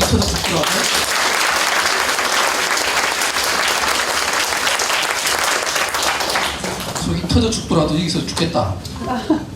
해서 지금까지 버텨왔고요. 근데 사실은 저도 버티면서 이렇게 내상을 굉장히 많이 입어가지고 또 생각이 또 바뀔지는 모르겠습니다. 감독님, 저는 어때요? 영화인들 일부가 그럼 우리 이제 부산국제영화제 안 한다. 뭐 다른 지자체에서도 우리한테 오세요 지금 이러고 있는데 우리 다 글로 가겠다 그러면 뭐 성남국제영화제 이렇게 그런 얘기 있었죠. 성남 그 영화를 이렇게 좋아하시면서도, 그리고 또 이제 부산시의 정책에 불만이 많으신 분들은 이를테면 좋은 시장이 있는 그런 그런 지자체에 하면 되잖아. 성남, 서울 좋잖아. 이런 데로 하면 된다고 하는데, 그러면 부산영화제가 아니고 성남영화제가 되는 거예요. 근데 우리가 처음에 부산에서 영화제를 시작한 이유가 있잖아요. 서울이 좋을 수도 있겠죠. 그렇지만 서울영화제가 아니라 부산에서 영화제를 한다는 것은 여러 면에서, 대한민국의 균형적인 여러 발전 면에서 영화는 부산에서 하는 게 좋겠다. 부산에서 아시아 최고의 영화제를 만들어서 한국의 골고루 발전시키는 면에서도 부산이 좋겠다고 생각한 거예요. 그래서 영화제가 부산에 왔고, 결국 영화진흥위원회도 부산에 왔고, 그래서 부산이 영화의 도시로 이제 막 거듭나고 있는 중 아닙니까? 근데 부산시장이 문제가 있다 그래서 이 영화제를 성남으로 가져간다? 저는 그건 절대 안 된다고 생각해요. 부산시장을 몰아냈지 왜 영화를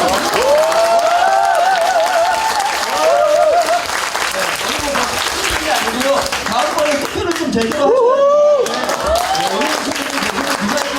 시민들이실 거니까. 저는 사실 부산 시장들이 대부분 한나라, 그 전에 새한국당이었잖아요. 새한국당 아닌가요? 신한국당, 새누리하고 신한국당하고 섞어주시는 아무튼 계속 이른바 딴나라당이었단 말이죠. 딴나라당의 시장들이었는데 왜 서병수 시장이 유독 이 문제를 끌고 가는가에 대해서는 부산 시민들이 다시 한번 생각하셔서, 지금 2년 뒤에는 어쨌든 이분이 또 나오실지 안 나오실지는 모르지만 또 지방선거가 있지 않습니까? 지방선거에서 이 부산 영화제와 관련한 부산 민심이 무엇인지는 확실히 보여주셔야 된다, 이런 얘기 꼭 드리고 싶고요. 박수 치실 일이 아니라 반성을 하시라니까요. 죄송합니다. 그리고 다시 돌아가면 이제 다른 지자체로 가는 것은 저는 그거는 다른 영화제이지 부산 영화제는 아니라고 생각하기 때문에 영화인들은 그거는 안 된다, 그런 이야기는 말이 안 된다라고 이야기했고요. 그리고 이제 사람들이 이렇게 그만둔다고 이야기하실 수도 있다고 생각했을 때도 영화인들 말렸어요. 왜냐하면 이런 일이 사실 부산에만 있었던 일은 아니거든요. 부천 같은 경우에는 더 엉뚱한 일도 있었어요. 부천시장이 바뀐 지 얼마 안 돼서 집행위원장이 부천시장님의 이름을 잘못 말했다, 전 시장의 이름으로 잘못 말했다는 이유로, 사실 표면적인 이유는 그게 아니었지만 그 이유로 집행위원장을 해임한 적도 있었거든요. 진짜 있었어요. 부천국제영화제가 그랬어요. 그랬는데 부천국제영화제, 그래서 이 나머지 프로그래머나 뭐 이런 분들이 총사퇴했었죠. 이런 꼴은 안 되겠다. 그래서 다른 사람들로 바꿔서 멀쩡하게 또 영화제를 만들어 가고 있었거든요. 그래서 초창기에 몇 년 동안은 또 영화인들이 가지 않겠다 뭐 여러 가지 있었지만 지금은 언제 그런 일이 있었냐는 듯이 또 영화제를 하고 있거든요. 사실은 영화제를 망치지 않는 것이 굉장히 중요했다라고 얘기하시는 것은 21년 전에 20년 전이군요. 96년에 영화제를 같이 만들어 오신 분이기 때문에 아마 그 생각을 하실 수 있을 거라고 생각해요. 그런 수모를 겪으면서까지도 지금까지도 여기 앉아있는 거는 그런 마음 아닐까. 뭐 자리를 탐해서 버티고 있는 건 아니고, 그 부천 영화제 때는 조금 이제 미세하게 조금 틀린 부분이 있는데, 그때 당시 김홍준 집행위원장이 개막식에서 이름을 잘못 말한 게 아니라, 시장 이름을 잘못 말한 게 아니라 시장 이름을 잠깐 까먹었어요.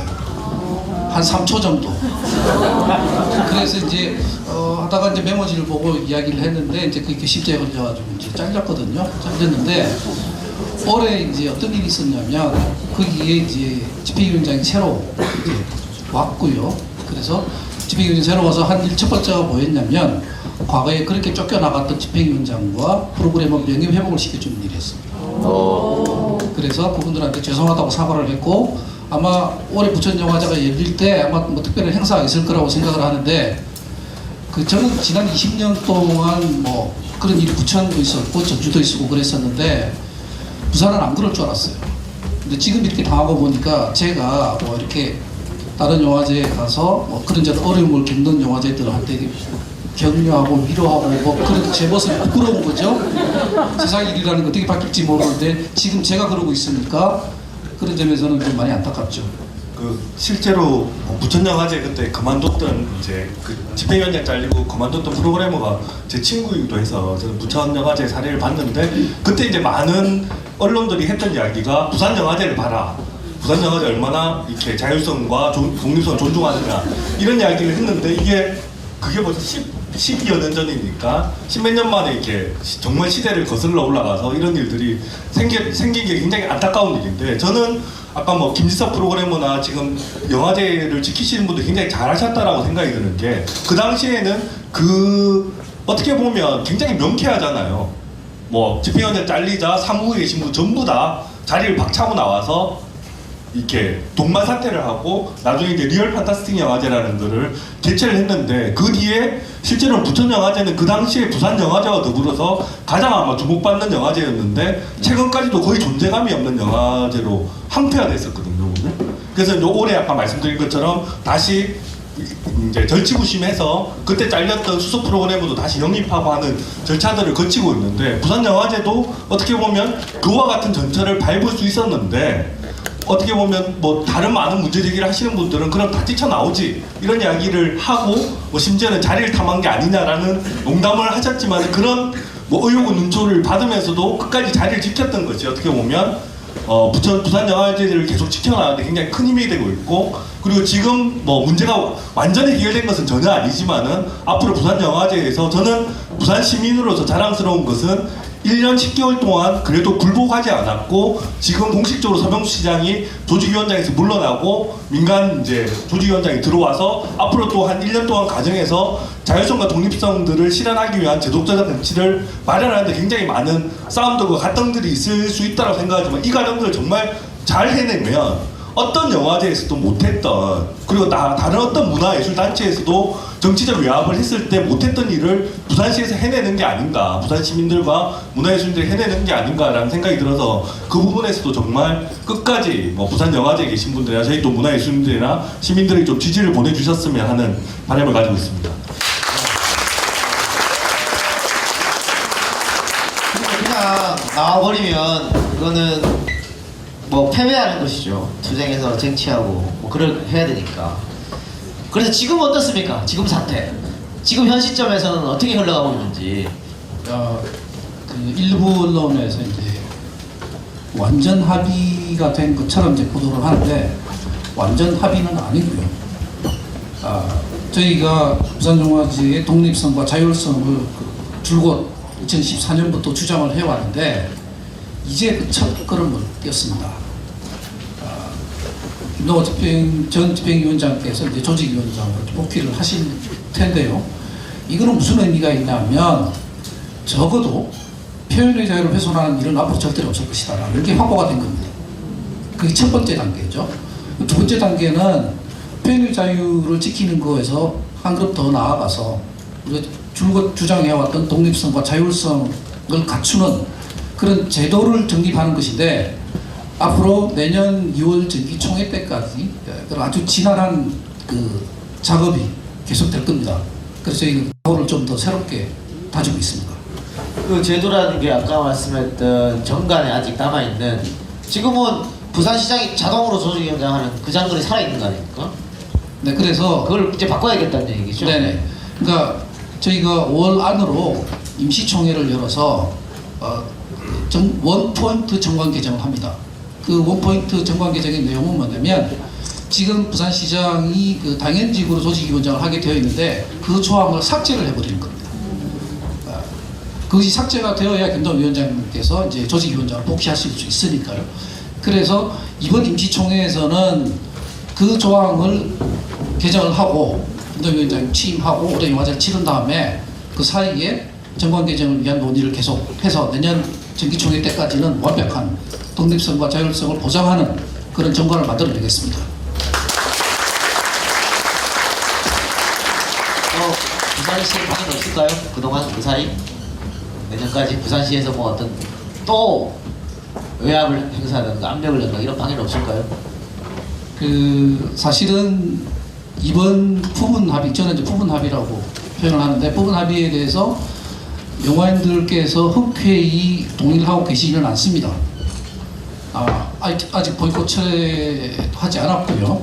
그것은 아마 이제 임시총회 결과를 보고 이제 각 단체별로 투표를 해서 이제 결정을 하실 텐데 그분들께서 그 걱정하시는 거는 너무나 당연합니다. 이게 정관 개정이 과연 제대로 이루어지겠는가, 부산시가 또 버티기를 한다면 어떻게 하겠는가, 이런 걱정들을 하고 계시는 거거든요. 그래서 현재로서는 저희가 그런 영화인들이 바라는 방향의 정관 개정을 반드시 이루어내겠다라는 약속을 드리고, 그게 만약에 안 된다면 뭐 지금 계속 영화제를 해야 될 이유가 없겠죠. 그리고 영화인들 안 오실 테니까 그런 일이 안 생기도록 정말 뭐 지난 1년 반 동안 그래왔듯이 앞으로도 그렇게 할 생각입니다.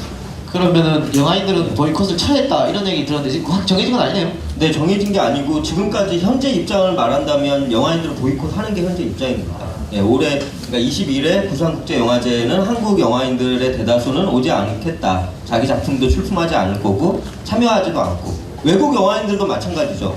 제 이게 영화 친구들, 외국의 친구들이 부산이 뭔가 합의를 둔 것 같은데 이게 어떻게 된 일이냐, 그러면 보이콧을 철회해야 되는 거냐, 뭐 이런 얘기 계속 듣거든요. 그러면 아직까지 우리는 그 보이콧을 철회하지 않았다. 그래서 왜 이 합의가 아직 어정쩡한 합의에 불과하고 저희 입장에서는 영화인들은 이 부분을 아직 받아들이기가 되게 어려운 것이에요. 일단 첫 번째로 부산에 공식적인 사과가 없었어요. 서병수 시장이 지금도 다이빙벨로부터 시작된 부산영화제 사태에 대해서 공식적으로 사과한 적이 없습니다.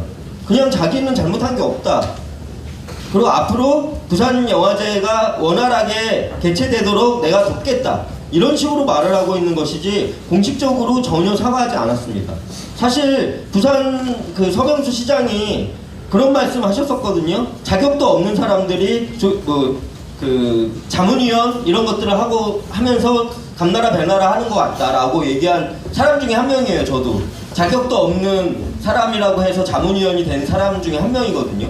그것에 대해서도 사과하지 않았습니다. 영화인들을 욕보인 것, 그리고 부산 영화제 집행위원회에서 일하고 계신, 사무국에서 일하고 계신 분들을 욕보인 것에 대해서 전혀 사과하지 않았고요. 그리고 저는 1번이 일단 공식적인 사과, 2번이 그 이용관 집행위원장님의 원상복귀. 그냥 그 재임용을 안 했다고, 재임촉을 안 해서 당연히 그냥 이제는 부산에서 일하는 사람이 아니야 라고 그냥 어물쩍 넘어가서는 안 되는 일이라고 생각하거든요. 그러니까 김동호 위원장님이 돌아오시는 것은 되게 반가운 일이지만 이용관 전 집행위원장님이 이 영화제에, 부산 영화제에서 일을 할 수 없게 만든 이 상황에 대해서는 원산복귀가 있어야 한다. 이런 원칙적인 것들이 선행되지 않고 그냥 김동호 위원장님이 돌아오시는 것만 가지고 영화인들이 그러면은 아 올해 영화제에 우리도 그냥 그 참여해보겠다 이렇게 결정하기는 쉽지 않을 것이다. 네, 어떤 지리한 토론의 어떤 시간이 아직 남아있을 것 같습니다. 네, 그렇죠? 시간 좀 그건 지켜보도록 할 테고요. 그 안에서 뭐 이소 선생 같은 경우는 더 노력하셔야겠죠, 그렇죠? 네. 알겠습니다. 그럼 뭐 김석 대표님께 여쭤보겠는데요. 아니, 성함을 잘못했습니다. 죄송합니다. 나 잘리는 거야?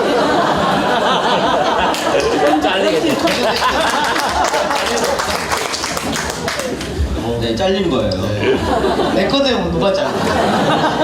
자, 미 대표님께 지금 이 부산에 계신 시민연대에서 활동을 하시는 것이죠. 그러면 부산 국제영화제가 부산과 부산 시민에게 어떤 의미입니까? 그게 굉장히 좀 중요한 거라고 좀 봐요. 예.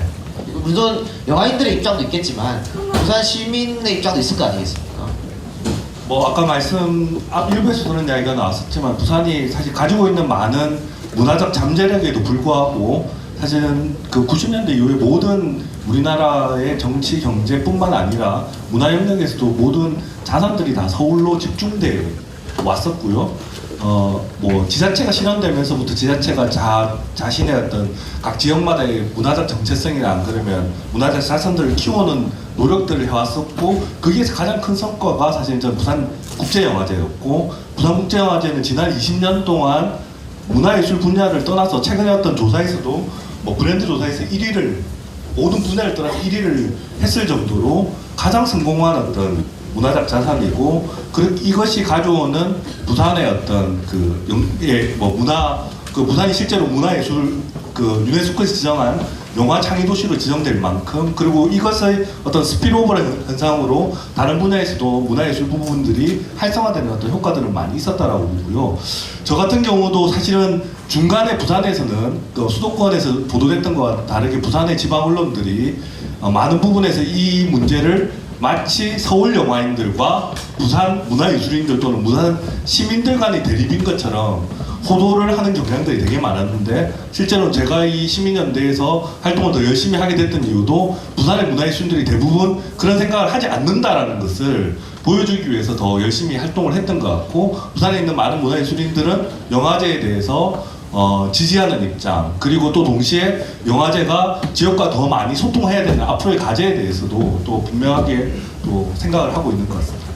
그러니까 사실은 부산 국제영화제 문제가 비단 뭐 문화, 뭐 또 표현의 자유, 뭐 예술, 대중문화 여기만 국한된 게 아니고 실질적으로 부산 경제에도 굉장한 파급 효과를 미친다고 보거든요. 그러니까 20년 전에 처음 개최했을 때는 어떻게 보면 그 영화인들만 잔치 같은 의미였지만 지금 20년이 지나서 외국에서도 어마무시한 사람들이 오고 또 매번 부산국제영화제 개최를 할 때는 전국에서도 수많은 관광객이 오지 않습니까? 그래서 영화인들 같이 호흡하고 영화도 같이 보고 이런 축제장으로 마련했던 부산 경기도 상당한 영향을 주고 있음에도 불구하고 특정 정치 세력들이 불순한 의도를 가지고 이렇게 영화인들의 독립성, 자율성을 침해한다는 건 있을 수가 없는 것 같습니다. 세 분께서 더 앞으로 노력해 주셔야 될 것 같고요. 혹시 세 분께 궁금한 점이나 질문할 거 부산국제영화제에 관해서 있으면은 마이크를 드리겠습니다. 없으십니까? 네. 가운데 여성분 마이크 드리시기 바랍니다. 네, 안녕하세요. 현재 저희들이 가장 걱정하는 거는 물리적인 시간이 좀 많이 짧아서 일단 우리 아기도 열달 뱃속에 있다가 태어나는데 지금 뭐 7살독이 8살독이도 되게 힘든 상황인데 그 부분 합의가 됐다 하지만 일단 남겨진 일은 여러분들이 다 하셔야 되는데 그게 가장 걱정입니다.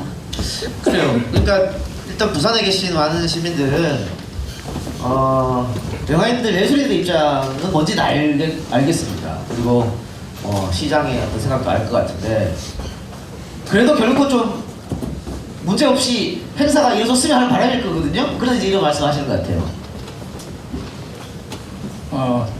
일단 올해 영화제는 축소를 해서 진행을 할 생각입니다. 그건 어쩔 수 없습니다.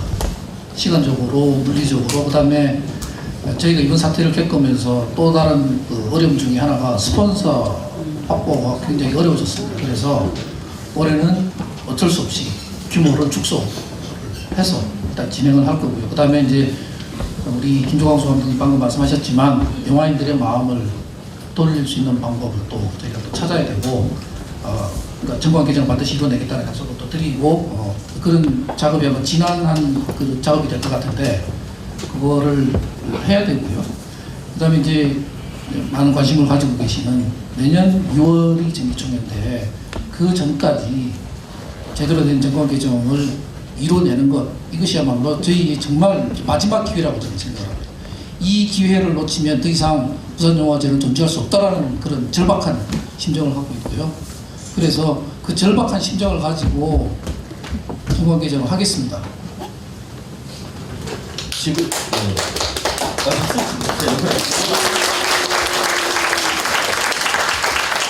제가 부산 시민들한테 조금 이렇게 당부의 말씀을 드리고 싶은 것은요. 사실 영화인들의 마음을 돌리기 위해서 애를 써야 되는 사람은 서병수 시장이지 그 김지석 프로그래머가 아니시거든요. 왜냐하면 이분들은 영화제를 지금까지 잘 만들어 오고 지금도 열심히 하시는 분들인데 이분들이 영화인들의 마음, 그러니까 한국 영화인들 포함해서 세계 영화인들의 마음을 돌리려고 애를 쓰셔야 되는 거예요, 앞으로도. 근데 저는 부산시장이야말로 영화인들의 마음을 외국 영화인들 다 포함해서 돌리려고 애를 써야 되는데 그분은 지금 그럴 마음이 전혀 없습니다. 왜냐하면 60억 예산을 쥐고 나는 이 예산을 쥐고 그 압력을 행사하고 있기 때문에 전혀 그럴 마음이 없는 거죠. 그래서 부산 시민들이 부산시가 더 열심히 노력하도록 시민들이 조금 그 부분에 대해서는 이렇게 압력을 행사해 주셨으면 좋겠습니다. 시민들의 힘으로. 네, 저도 전적으로 공감을 하는데 사실 뭐 김영춘 의원님 계시다 가셨는데 근데 총선이 부산 영화제 사태 문제 해결하는데 도움이 됐다라는 게 있다면 김영춘 의원님이 노력해서 된 건 별로 없고요. 제가 보기에는 서병수 시장이 총선을 보면서 지금 가장 이야기 많이 나오는 그 중에 하나가 서병수 시장이 새누리당 내에서 공천을 받을 것인가.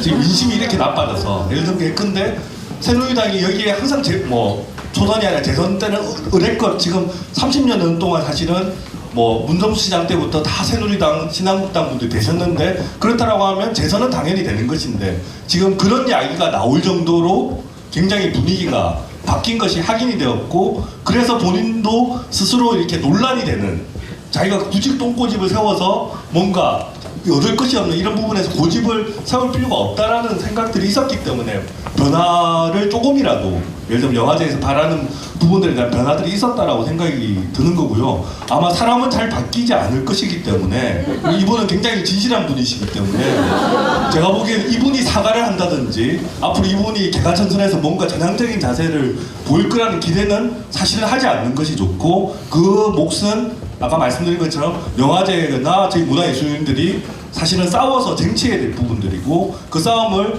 지지해 주시는 분들이 시민들이 일상적으로 지지해 주시고 또 선거나 이런 정치 공간에서 명확한 의사 표현을 해 주셔야만이 사실은 가능한 일이라고 저는 생각합니다. 그리고요, 저희가 혹시 이 방송을 들으시는 분이나 여기 계신 분들이 마치 영화인들이 부산시장하고 무슨 힘겨루기 하는 것처럼 그리고 또 영화제와 관련해서도 영화인들이 영화제에 애정이 없는 것처럼 혹시 생각하실까봐 높아심에 말씀드린다면 정말 그 한국 영화인을 포함해서 외국의 이 영화 만드는 영화인들이 부산 영화제를 정말 사랑합니다. 그리고 부산 영화제가 더 잘 되는 방향으로 더 좋은 영화제가 될 수 있는 방향을 찾으려고 하면서 하는 것 중에 하나가 보이콧. 그리고 이 보이콧이라는 것이 저희가 할 수 있는 정말 마지막에 사실 영화인들 뭐 큰 힘이 있는 건 아니거든요. 내가 가진 영화 이거 안 줄 거야. 이거 가지고 지금 우리가 압력을 어떻게든 행사해 보려고 하는 것이지 부산 영화제에 애정이 없다거나 부산시에 애정이 없다거나 그러니까 부산 시민들한테 애정이 없는 건 전혀 아니다. 예, 그런 말씀 꼭 드리고 싶어요. 구구절절하게 변명하지 마시고 본인이 얘기하는 게 좀 이상하잖아요. 그러니까 이제 저희 입장은 이제 부산시와 이제 협상을 하는 과정에서 힘을 많이 얻은 거죠. 무슨 얘기냐면 사실은 뭐 김동호 위원장님은 조직위원장으로 시는 받지 않으려고 했고 그런 와중에 이제 영화인들이 보이콧 선언을 해버렸거든요. 그러니까 이제 저희로서는 든든한 이제 새로운 신무기가 하나 생긴 거죠. 안 받아놓으면 어떻게 되는가 한번 보시라고. 영화인들이 보이콧 선언을 했는데 어떻게 할래? 이렇게 얘기를 할 수 있었거든요. 힘을 보태주기 위해서 그렇게 한 겁니다.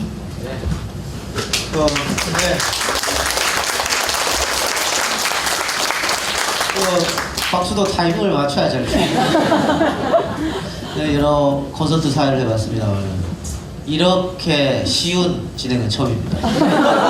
몇 마디 하지 않았고요. 가만히 있으면 돼. 한 분만 더 받아볼게요. 시간 관계상 저기 맨 뒤에 앉아 계시고요.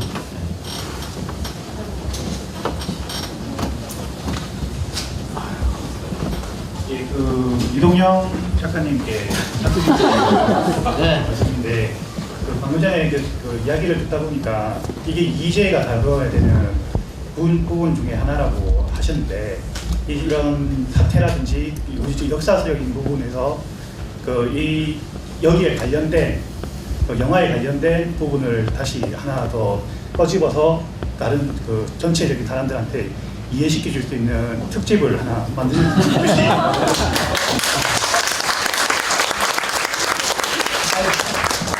네, 고민해 보겠습니다. 또 아까 얘기 한 분 더 계셨죠? 저게 질문하신다고 손 아까 들으셨던데, 예, 이 점만 마지막으로 받아보겠습니다. 예.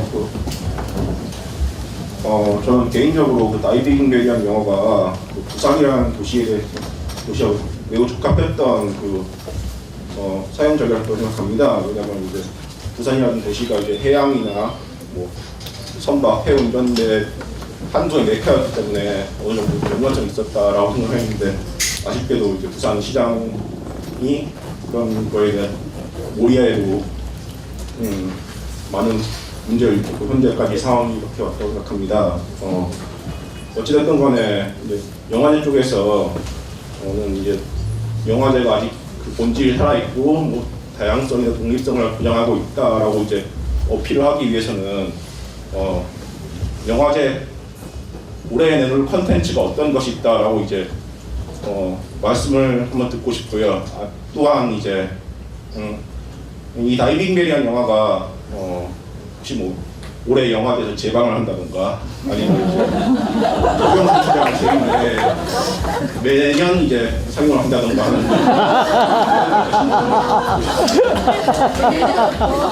네, 사실 저는 정말 지금의 이 뭐 정부 여당이 이해가 안 되는 게 다이빙 정말 나쁜 영화고 악영향을 미치는 영화 그거는 보신 관객이 판단하는 거예요.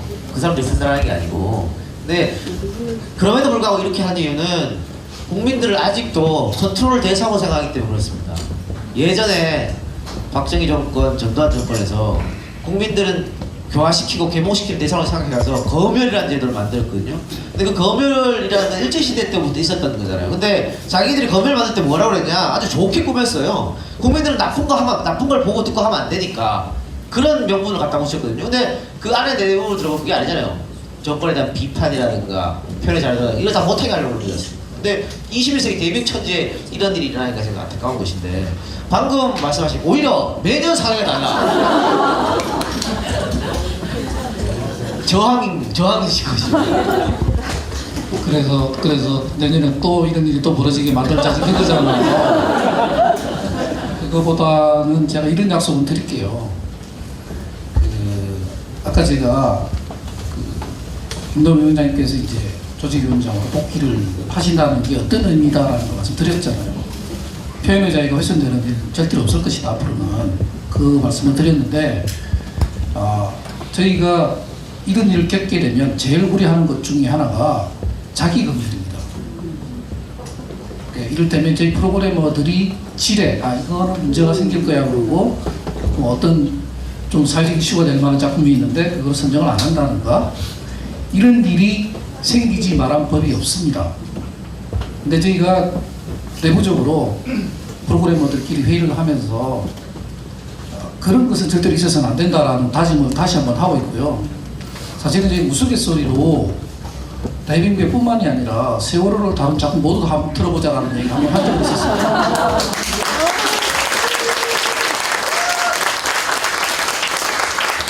그러니까 저희 프로그래머들 믿어주셔도 좋습니다. 예.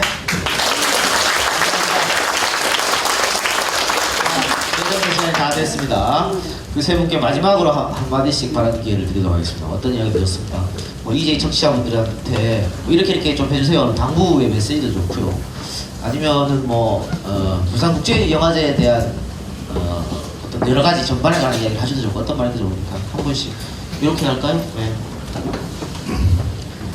아까 제가 말씀드렸지만은 흔히 이제 정부의 돈이 들어가는데 어떻게 정부를 비판하는 활동을 할 수 있느냐 이런 이야기들을 일상에 제일 많이 듣는 이야기입니다. 그래서 저는 이제 영화 쪽이 아니라 굳이 장르를 이야기하고 공연예술 쪽에 있는데 2011년에 서울을 방문했었던 영국의 국립극단이 전에 블레어 시절에 이라크 전쟁을 비판하면서 블레어를 이제 그 당시에 부시의 푸들에 비유하는 굉장히 정치적인 작업들을 공연들을 만들어서 평단에 굉장히 호평도 받았었고 주목을 받았던 작품이 있습니다. 그래서 영국의 100% 국가에서 지원을 받고 국가가 인정한 국립극단에서 현임에 있는 수상을 부시의 푸들이라고 조롱할 수 있는 이런 어떤 정치적 자유가 진정 민주주의 어떤 문화예술 분야에서 민주주의 척도가 아닌가라는 생각이 들고 아까 말씀드렸죠. 정부에서 마치 국민의 세금을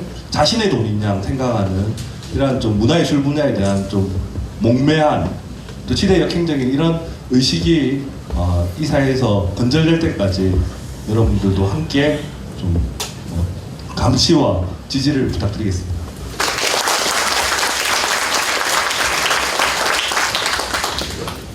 부산국제영화제는 한국에서 가장 오래된 국제영화제입니다.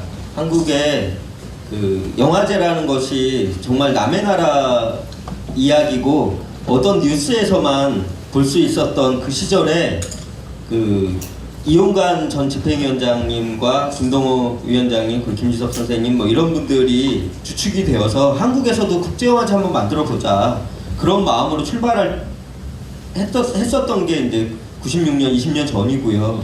사실 그 출발을 많은 사람들이 걱정했었어요. 과연 한국에서 국제영화제를 할 수 있을까? 게다가 서울도 아닌 부산에서. 근데 지금껏 그분들의 노력 더하기 시민들의 지원 그리고 영화인들의 힘 이런 것들이 합쳐져서 한국에서 제일 좋은 영화제 그리고 아시아에서 가장 훌륭한 영화제로 키워냈었잖아요. 근데 이게 하루아침에 물거품이 될 수도 있는 그런 절박한 상황에 놓여 있다는 말씀을 거듭 드리고 싶고요. 그것을 지켜주시는 것은 부산 시민들의 힘 이것이 굉장히 중요하다라고 말씀드리고 싶습니다. 그래서 부산 시민들이 영화제를 통해서 부산의 자긍심을 조금이라도 더 얻으셨다면 이제 부산 시민들이 그것을 영화제에 조금 돌려주시는 그런 타이밍이 되셨다는 말씀을 꼭 드리고 싶고요. 그래서 부산 시민들이 올해 총선에서 훌륭한 선택을 하셨듯이 올해 이 부산 영화제를 지키는데 많은 힘을 주셨으면 좋겠다. 그런 말씀 꼭 드리고 싶습니다.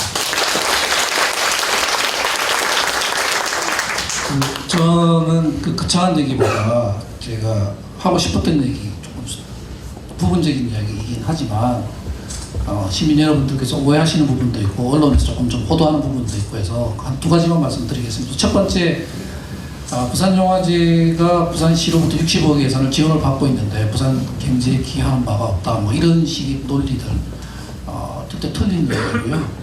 2012년도에 부산발전연구원에서 조사한 바에 따르면 그 생산 유발 효과가 774억, 그다음에 부가가치 효과가 342억, 그다음에 그 취업 유발 효과가 1,112명입니다. 제가 2014년도 영화제 처음 하고 나서 시장님한테 들었던 얘기가 부산영화제를 왜 취업하는 데 도움을 안 주냐, 그런 이야기를 들었거든요. 그래서 그렇지 않다라는 말씀을 드리고 싶고, 그 다음에 이제 최근에 이제 1년에 이런 사태를 쭉 거치면서 부산시에서 강조하는 게 뭐냐면 지역성 이야기를 많이 합니다. 저희가 장모님이 쫓겼을 때도 부산 지역 인사하고 얼마 없다, 뭐 그런 주장을 계속 했었었는데, 그것도 좀 그 납득하기 힘든 이야기입니다. 이게 부산시에서 계산한 거 보니까 지금 부산에 살고 있어도 부산에서 태어나지 않았으면 부산 사람 아니라고 치더라고요. 그래서 무슨 황당한 일이 있나 하는 생각을 했었었고요.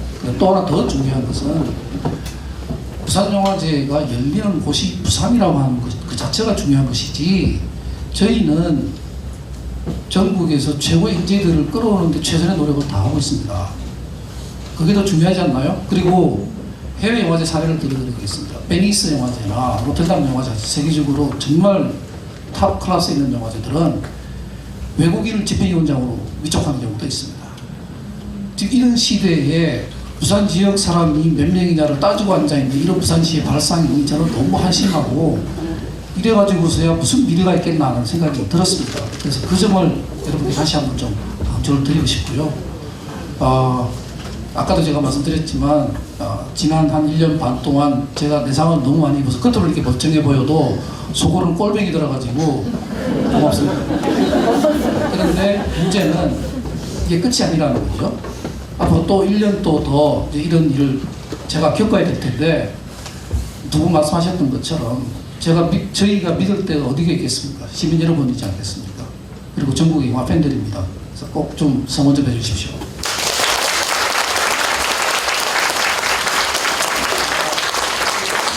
저희가 약속한 시간에 3분 남았네요. 3분 남아서 질문 한 개 더 하겠습니다. 저 시간을 정확히 지키기 때문에. 저 감독님께서 아까 계속 이용관 집행위원장이 바뀌어야 된다, 이렇게 말씀하셨어요. 그런데 아마 들으신 분들 중에 그런 말씀하시는 분들 계실 것 같아요. 그런 의문점. 아니 얼마 전에 횡령 혐의로 기소가 된 분인데 이분을 다시 복귀시키라는 게 말이 되나? 이렇게 거기에 대해서는 어떤 변명이라든가 이유라든가 말씀해 주셔야 될 것 같아요. 그 뉴스를 많이 보셨을 거예요. 근데 뉴스를 보실 때 이게 자세히 보셔야 되는데 헤드라인만 보면 그렇게 생각하실 수도 있을 거예요. 이용관 집행위원장이 그 영화제 예산을 이렇게 일부를 뭐 도용을 했나 보다, 자기가 개인적으로 썼다, 그랬나 보다라고 생각하실 수도 있는데, 뉴스를 자세히 보셔야 돼요. 사실 이용관 집행위원장을 그 집행위원장직에서 끌어내리려고 정말 얼마나 많은 노력들을 했습니까? 그래서 이 탈탈 털었는데 결국 나온 것은 부산국제영화제 사무국에서 그 협찬과 관련해서 그 유치한 사람에게 그 협찬과 관련된 것에 대한 사례금을 주는 방식이 문제가 있었다는 거예요. 사례금을 그런 방식으로 주면 안 된다라는 거였거든요. 그러면 앞으로 사례금을 다른 방식으로 주거나 이 사례금을 주는 것에 대해서 한번 다시 회의를 통해서 뭔가 결정을 해라고 하면 되는 문제지, 이게 사실 결과적으로 그 사례금이 이를테면 이용관 집행위원장님이 그 사례금을 끌고 했다거나 이런 개인 비리가 아니거든요. 사례금 집행에 대한 문제를 얘기한 것인데, 사실 그거는 여러분들이 다시 한번 기사만 보시면 이게 이용관이라는 사람의 개인 비리가 아니구나, 그리고 이건 비리 영역이 아니구나라는 것을 정확히 아실 거예요. 그러니까 횡령혐의로 기소했다 그러니까 무슨 부산 국제영화제 돈을 이 집행위원장이 자기가 쓴 것처럼 이렇게 다 느낄 수 있으니까 그런 오해 문제를 지금 방금 말씀하셔서 풀었다고 보여집니다. 알겠습니다. 오늘 2시간 동안 들어주셔서 감사하고, 앞으로도 부산국제영화제에 관심을 많이 가져주셔서 올해 부산국제영화제도 아무 탈 없이 성황리에 개최되기를 우리 EJ도 마찬가지고 팬들이 오나 그렇게 생각하실 것 같습니다. 오늘 나오셔서 대단히 고맙습니다.